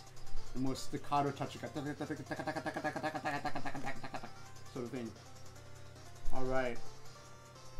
Because this type of music is like the sort of percussion element is part of it. The sound. Can I do that?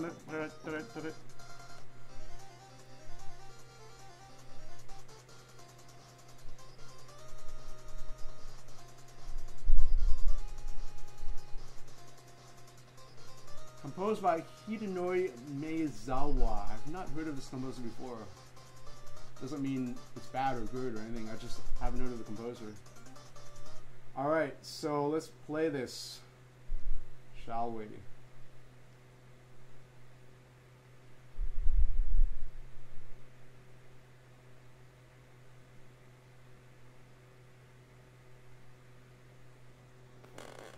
Alright.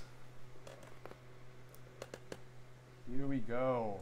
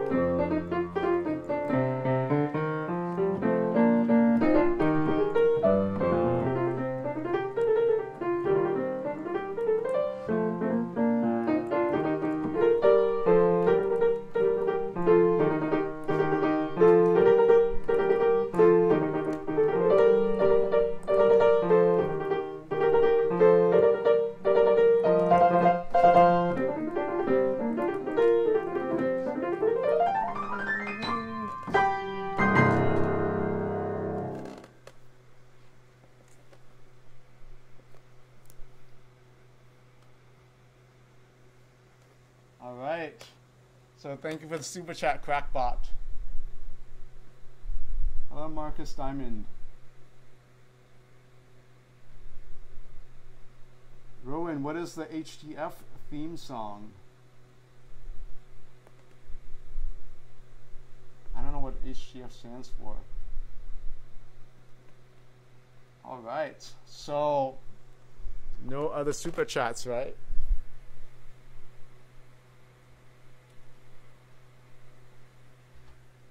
Okay, so it's 5 o'clock, so it should end the stream now.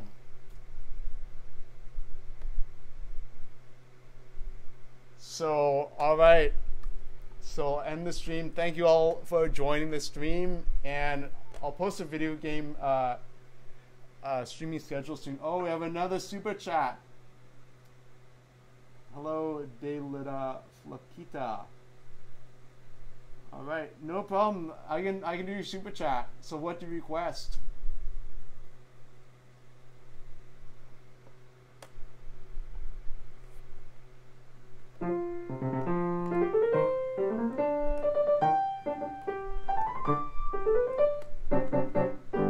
Breath of Fire 1 SNES OST World Map Theme 1.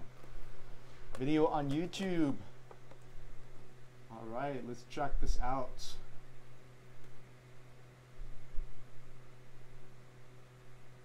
Breath of Fire.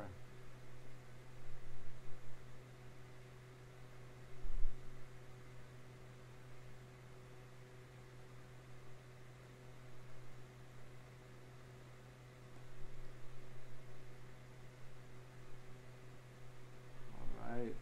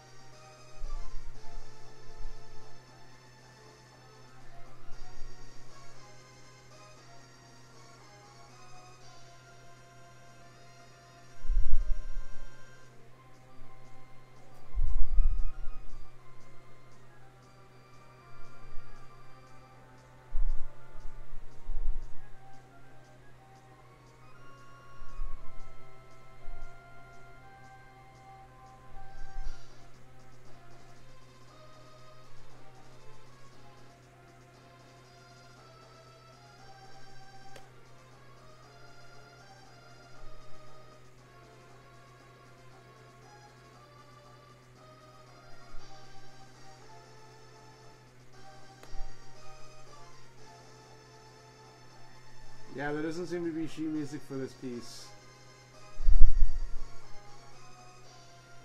Alright, I'll transcribe it on the spot.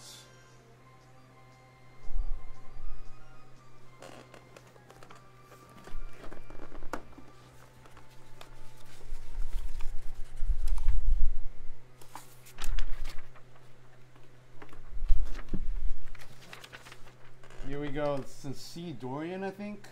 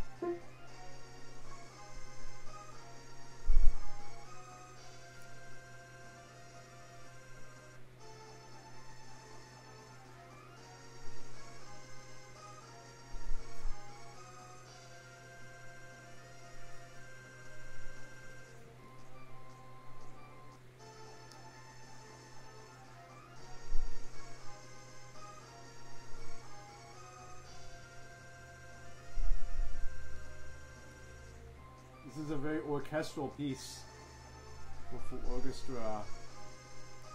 So I'll try to make it sound like an orchestra on the piano.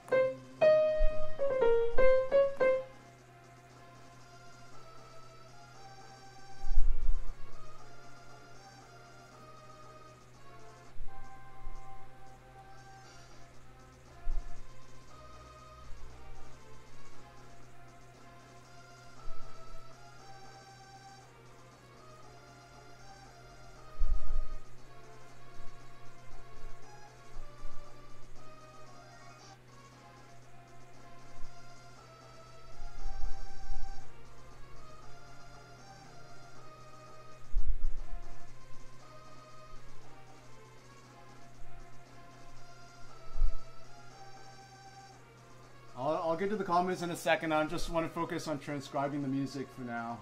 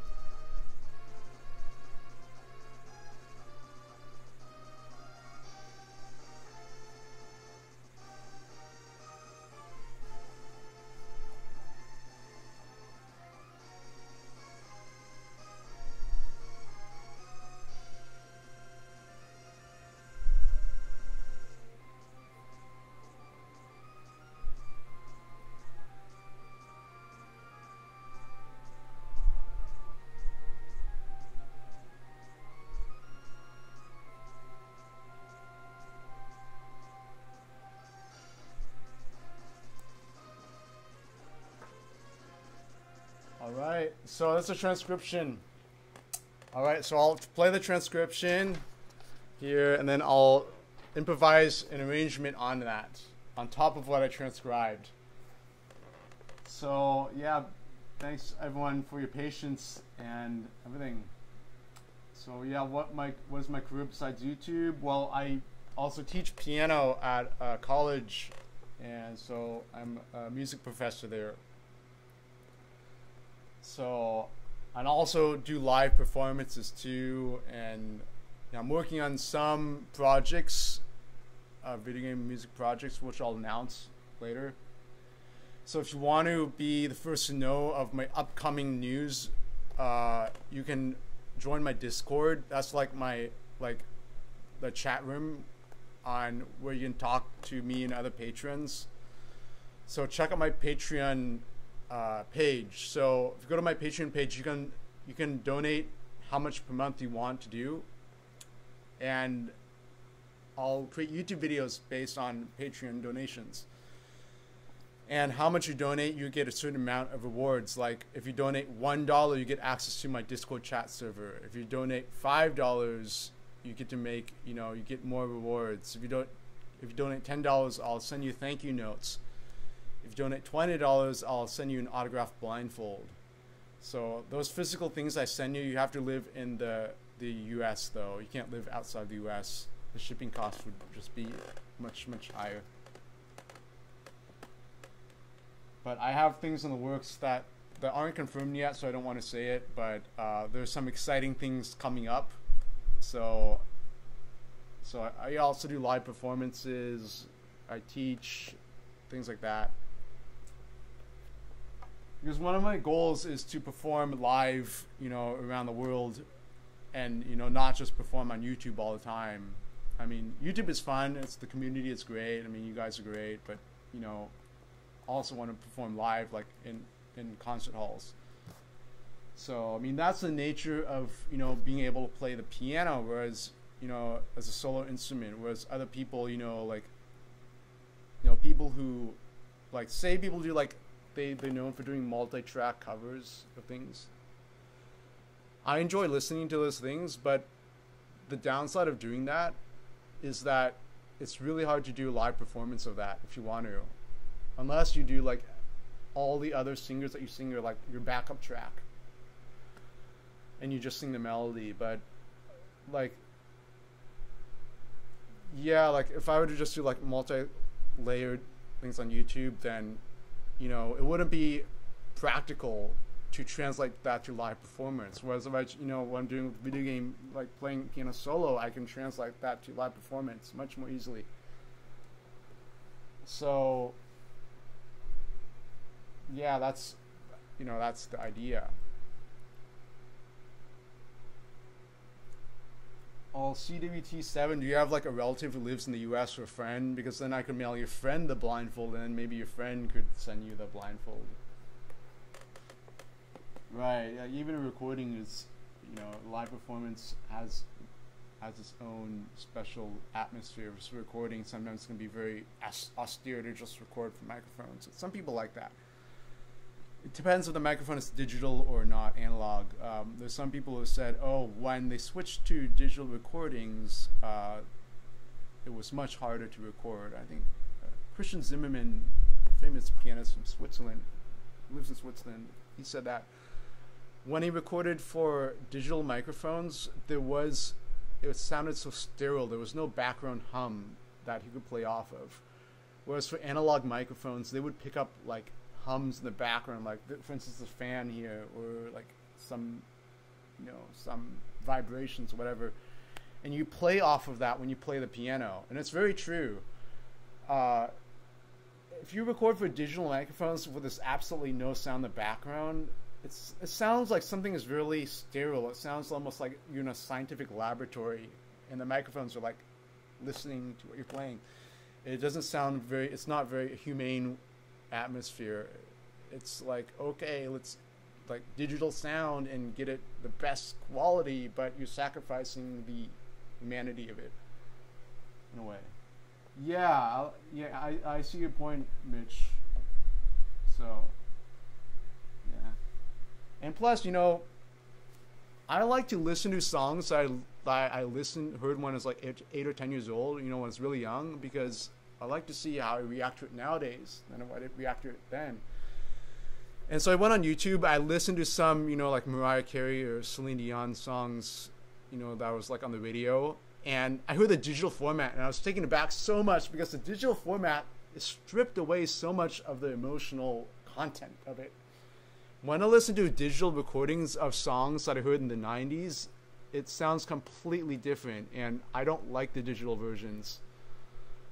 I don't like the digital versions because the digital versions, they have too much, everything sounds too clean, everything sounds too organized, every single voice is so well balanced. It's like there's something missing. Analog, on the other hand, there's just the voices mixed better. It's not like, see, when there's a digital recording, it almost sounds like every single microphone is controlling every melodic line, and there's like, it seems like there's a mixer controlling how much volume each line should get. And it just, when you do something like that, it seems like, yes, you can hear every single line clearly. You can follow every line where it's going. Yes, I appreciate that. I like how everything's so clear and organized and everything is so crisp. But it's too clinical. It's so scientific. It's like you're in a scientific laboratory and you're like, okay, this is this here, and then this is this molecule and this molecule. And that's it. There's no emotion. The analog emotion behind it is stripped away. It's not like, it doesn't sound, it sounds completely different. So yeah, I don't like I react to it much differently.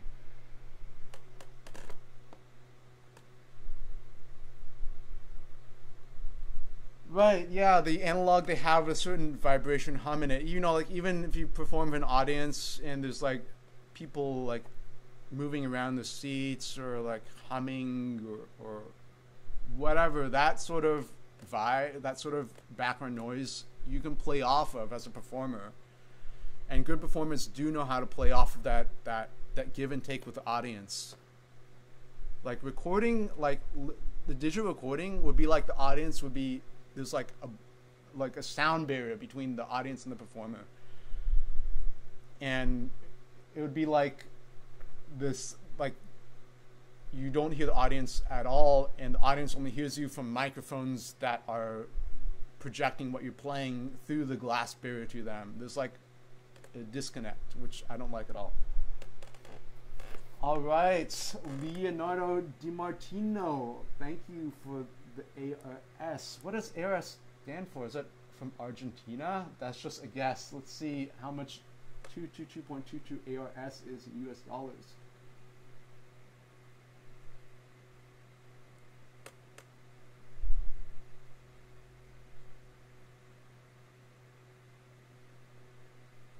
It's 8.14 United States dollars. Yes, that is Argentine peso. All right.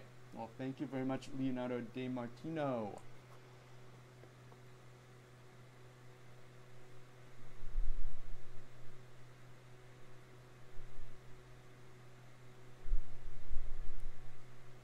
All right, so let's see what super chats there are and what's. All right, so let's get to De La Flatita. All right, my iPad. I should save battery for my iPad. So, all right, let's hear the part of Breath of Fire so we can get in the mood of it, the piece. I see like the picture of the console. It sounds like a very adventurous game with different characters with different abilities.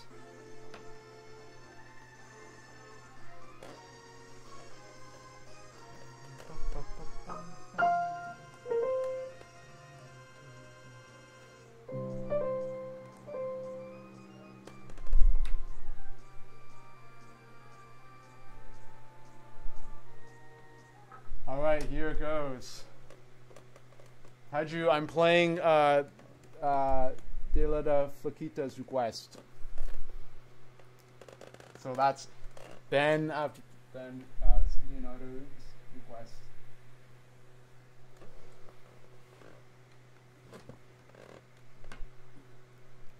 Here it goes.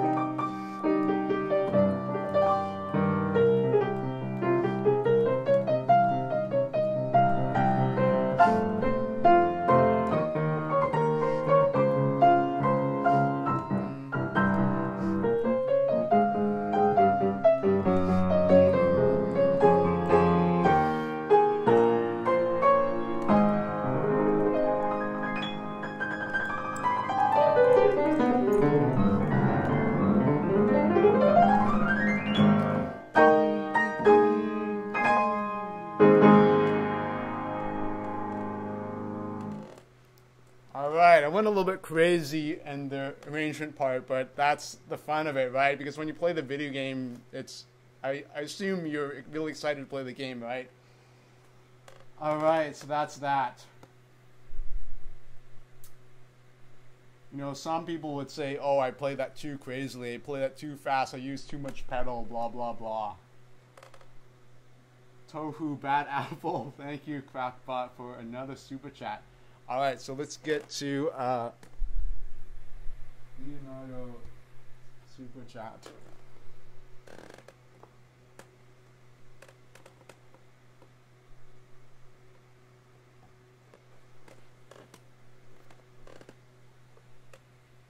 Yeah, it's Joseph Fleming. Some people don't like that. They will say, oh, that's, you know, you'll say like, oh, you shouldn't play it like that. It's too chaotic. I can't understand. I can't hear what you're playing. Blah blah blah. All right, let's get to the next super chat. Casino Calavera from Grim Fandango. That's an adventure game I haven't played, but I heard a lot of good things about it. I love playing adventure games.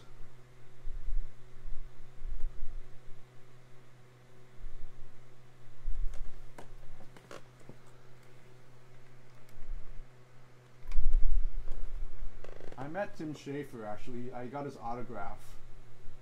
It's in one of my drawers in my room.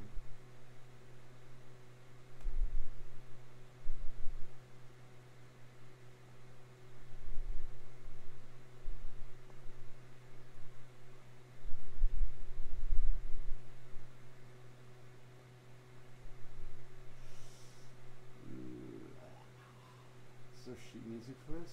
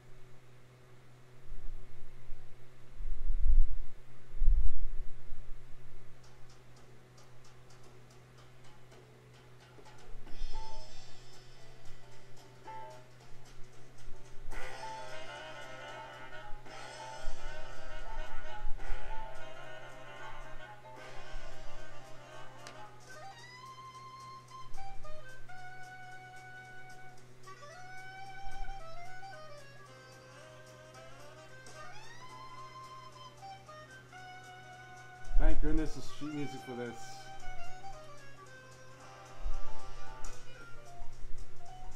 Alright, I'll read it from the full score.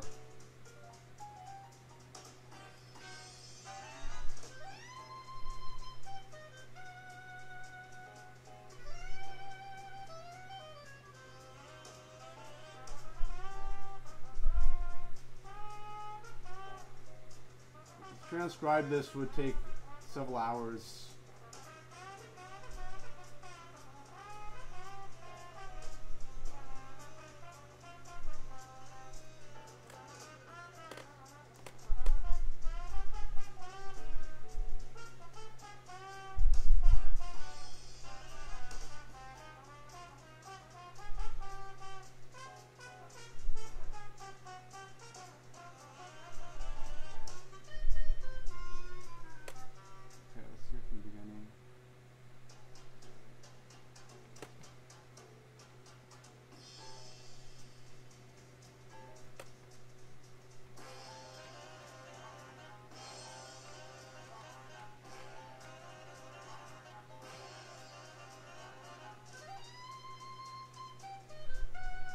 Thank goodness I don't have to transcribe clarinet, the clav, sorry I didn't.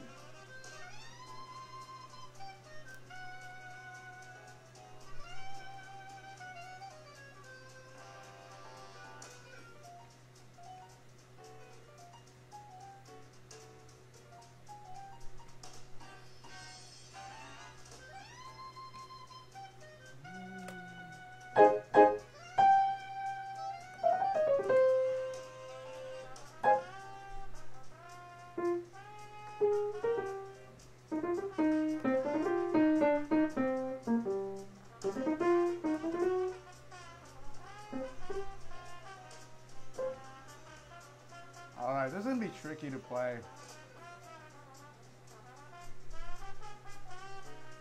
Trombone.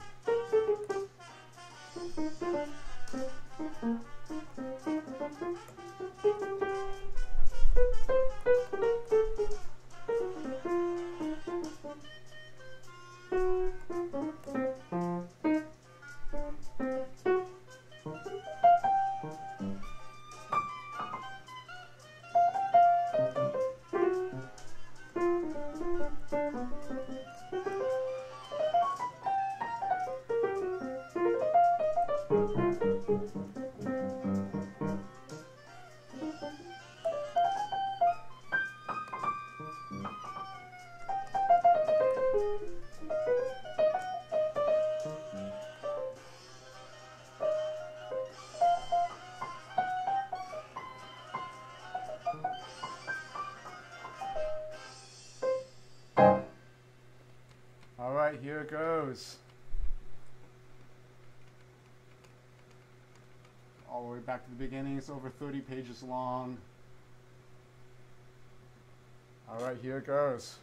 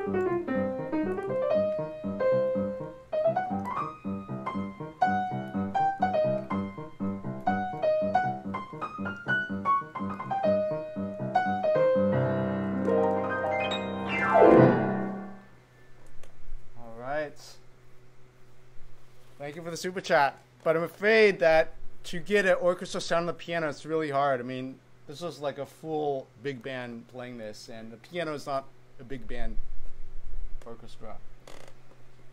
But yeah, that's that.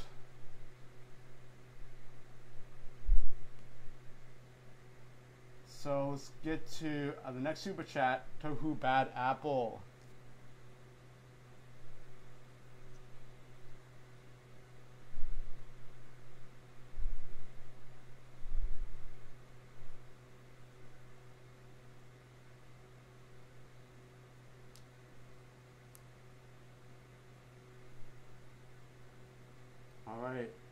This is arranged by TH Vocaloid 21.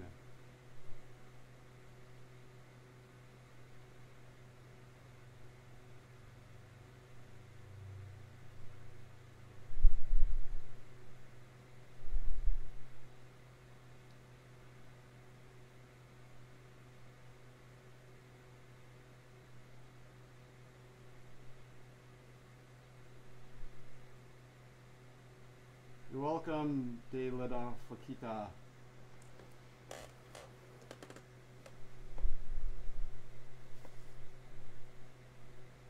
Yes, Casino Calavera is really tough. I mean, just to sight read and just to play it, I'm glad I didn't have to transcribe it. Yeah, it's good when it's an ensemble. Oh, the arranged by Toho Music, that one? Alright, let's see what that one is about.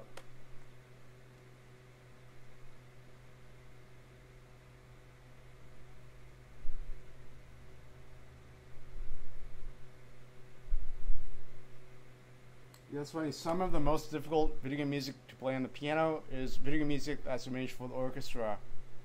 On the other hand, some of the most easiest music to arrange for video game music is video game music played by an orchestra, because there's so many different possibilities. So it's funny, one is easier to arrange and one is really difficult to play.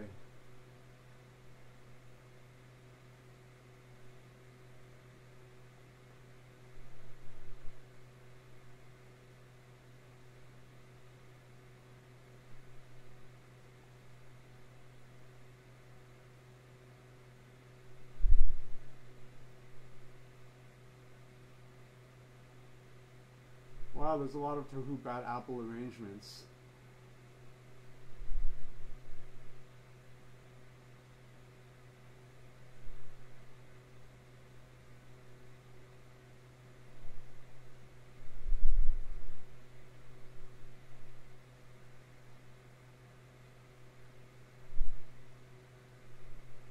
Okay, here it is, Bad Apple featuring Nomiko, version 2.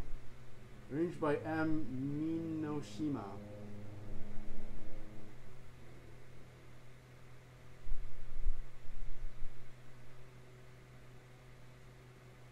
Alright, let's save some battery life here. I'm down to 7% battery. Alright, here it goes. Hello, Leon. My patron needs to be recharged too. Alright. Alright. Da, da, da, da, da, da.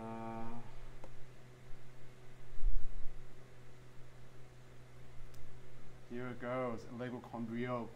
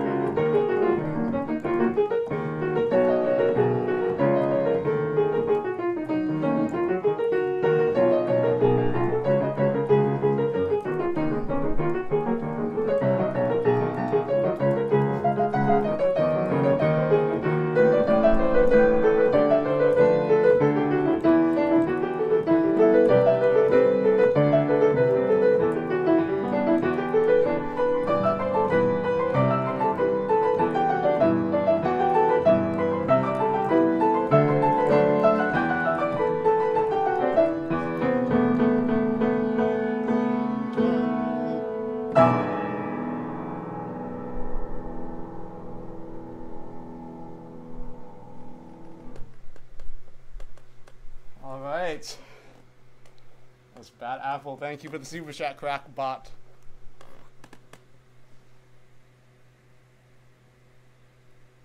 Yeah, it's like a dance piece, right? Very danceable to this.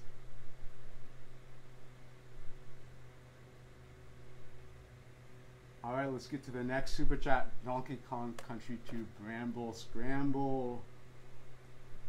I might have heard this piece before.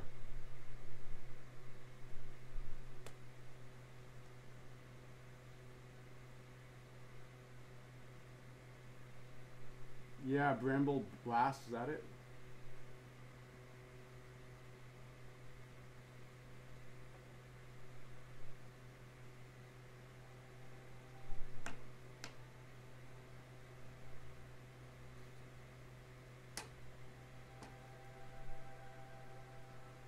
Alright. You're welcome, Crackbot. Thanks, Real Gamer. Thank you, Taiju Sakai.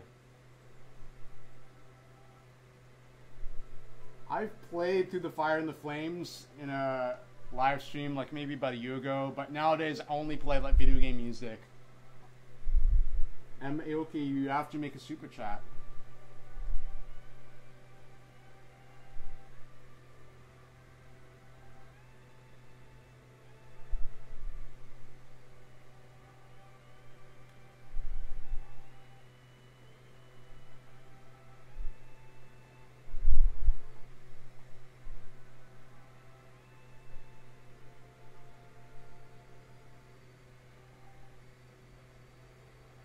Alright, here's Sticker Brush Symphony.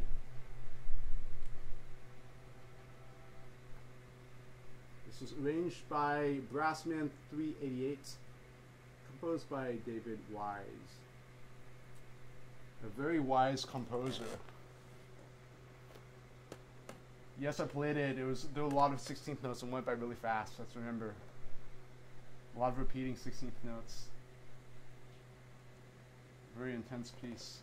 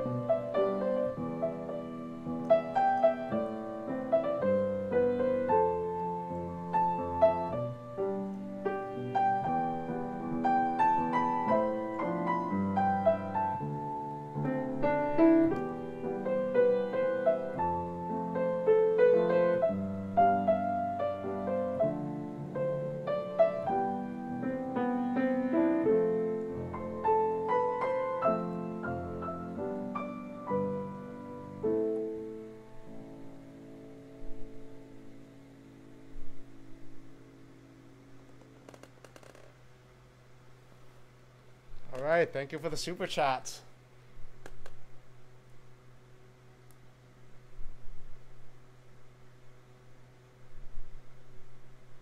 Thank you, Booger Tales. Alright, the next super chat is by the Real Gamer, UN Squadron Mission 4 Desert Stage Ground Carrier.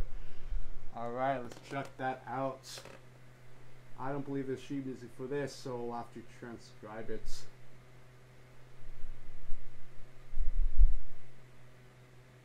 UN Squadron Mission.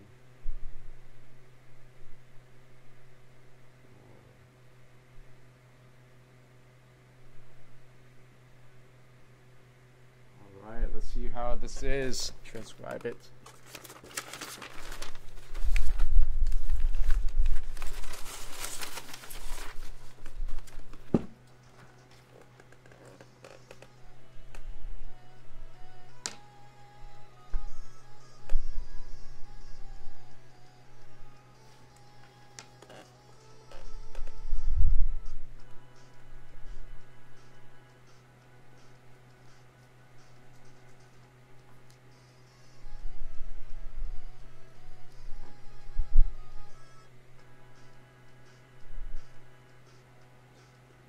One, two, three, four, one.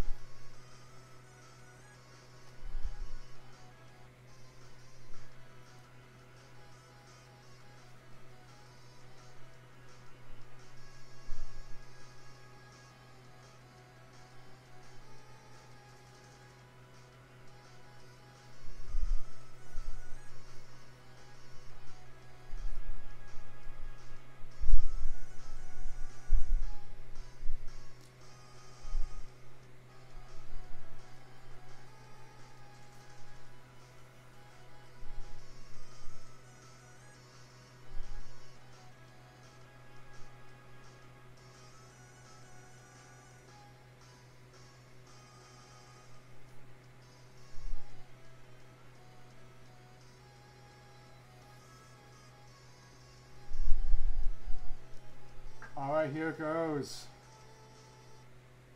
This is another really tough piece to transcribe. There's a lot of changes in rhythm and harmony that make it really hard to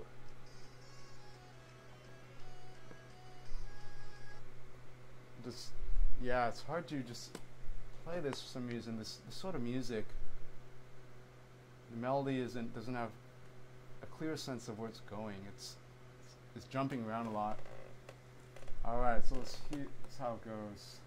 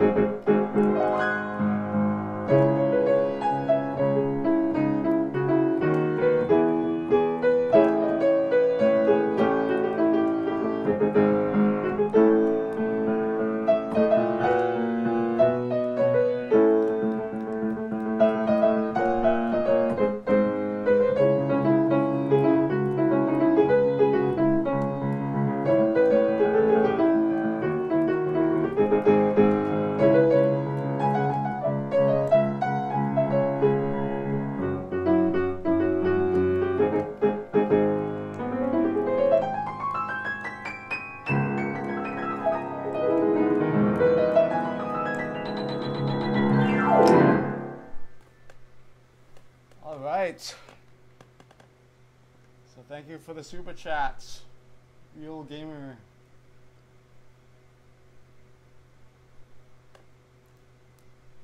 Yeah, it's one of those pieces where it takes a while to transcribe and then it takes a lot to internalize what's going on.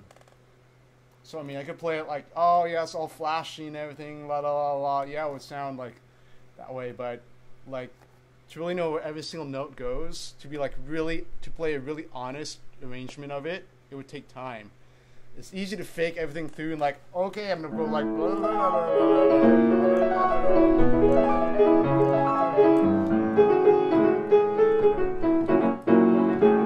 which I didn't do, but I could imagine somebody doing that and they could like get an audience to like cheer for them, like because they're playing it so convincing.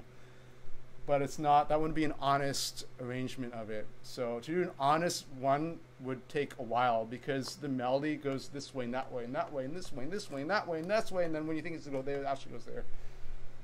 So that's the tricky part of it.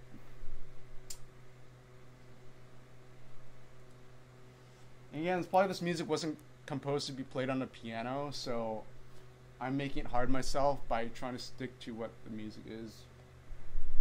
But yeah. That's that. All right, we're over time in the live stream. I was supposed to go to 5 p.m., but you guys, you're great. You have all these super chats, so you're keeping the stream going, which is pretty funny. I appreciate your enthusiasm.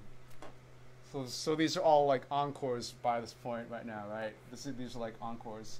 All right, next one, Star Fox Corneria. Actually, I've played this music because I've played Super Smash Brothers the Cornera theme. So let me just refresh my memory. I only have 5% battery life on my iPad. Actually, let's not listen. I don't need to read the sheet music. Listen to the music.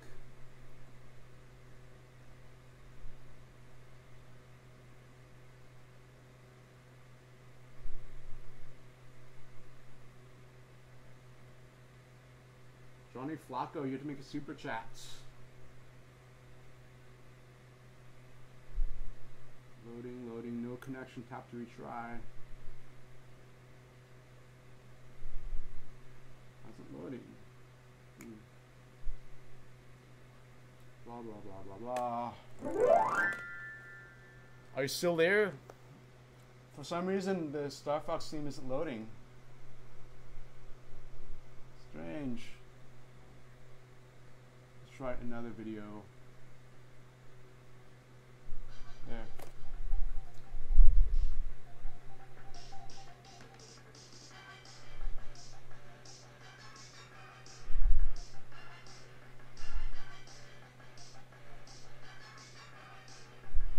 Also, I don't know this. Alright, let's look.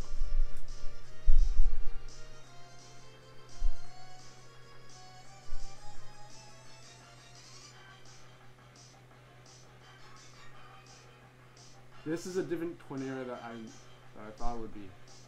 Alright, I'll read it off the sheet music. Arranged by Hug Gai. Composed by Hajime Kurosawa. Oh, you want the music score one? Alright, let's look up the music score arrangements.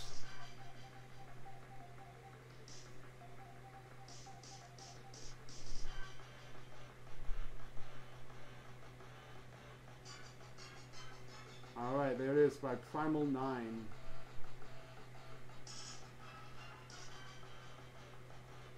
Based on both SNES versions and the Brawler versions.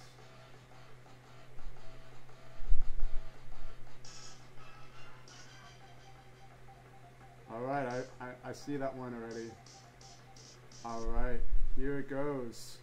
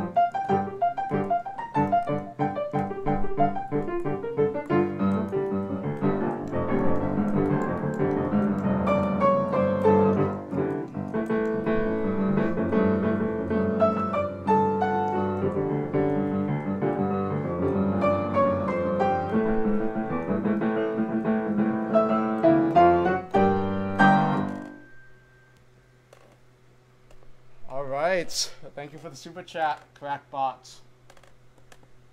And thank you. Let's go to the next super chat by Burger Tales. Donkey Kong Country 1 Aquatic Ambience. Alright, I've heard of this one too. It's been a while since I played it, so let's look up Aquatic Ambience.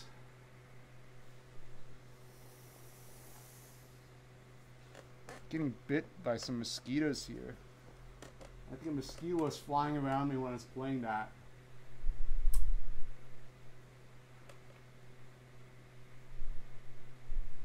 Alright. New score. Are you loading? Oh, I'm meant to go to Nintendo sheet music.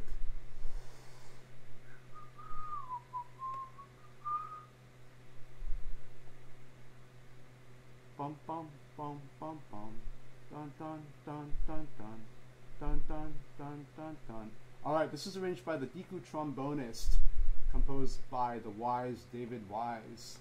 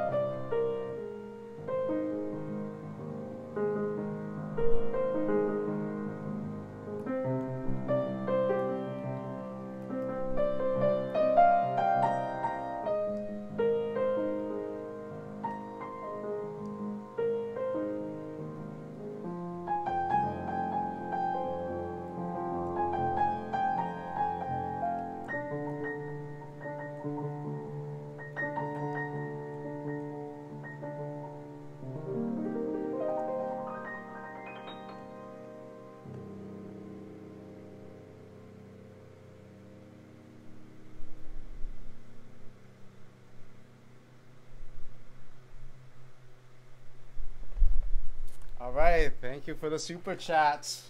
Thank you, Booger Tales. All right, so we've come to the end of the stream. There are no more super chats, so thank you all for joining the stream. I'm Video Game Pianist, and follow me on Twitter, So to know when I'll do the next live streams, and I'll post my streaming schedule. So it's working with my work schedule and what times you voted for that works best for you.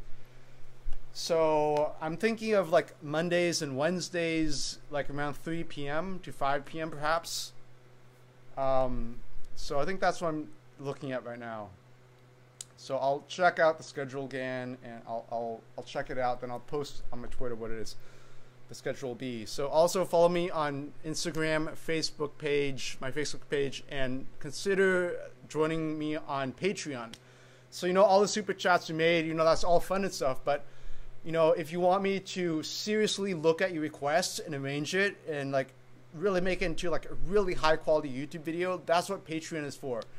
Because when you donate a certain amount to Patreon, you can make a request for me to make a YouTube video, and I'll mention you in the video description that you requested me to play this piece.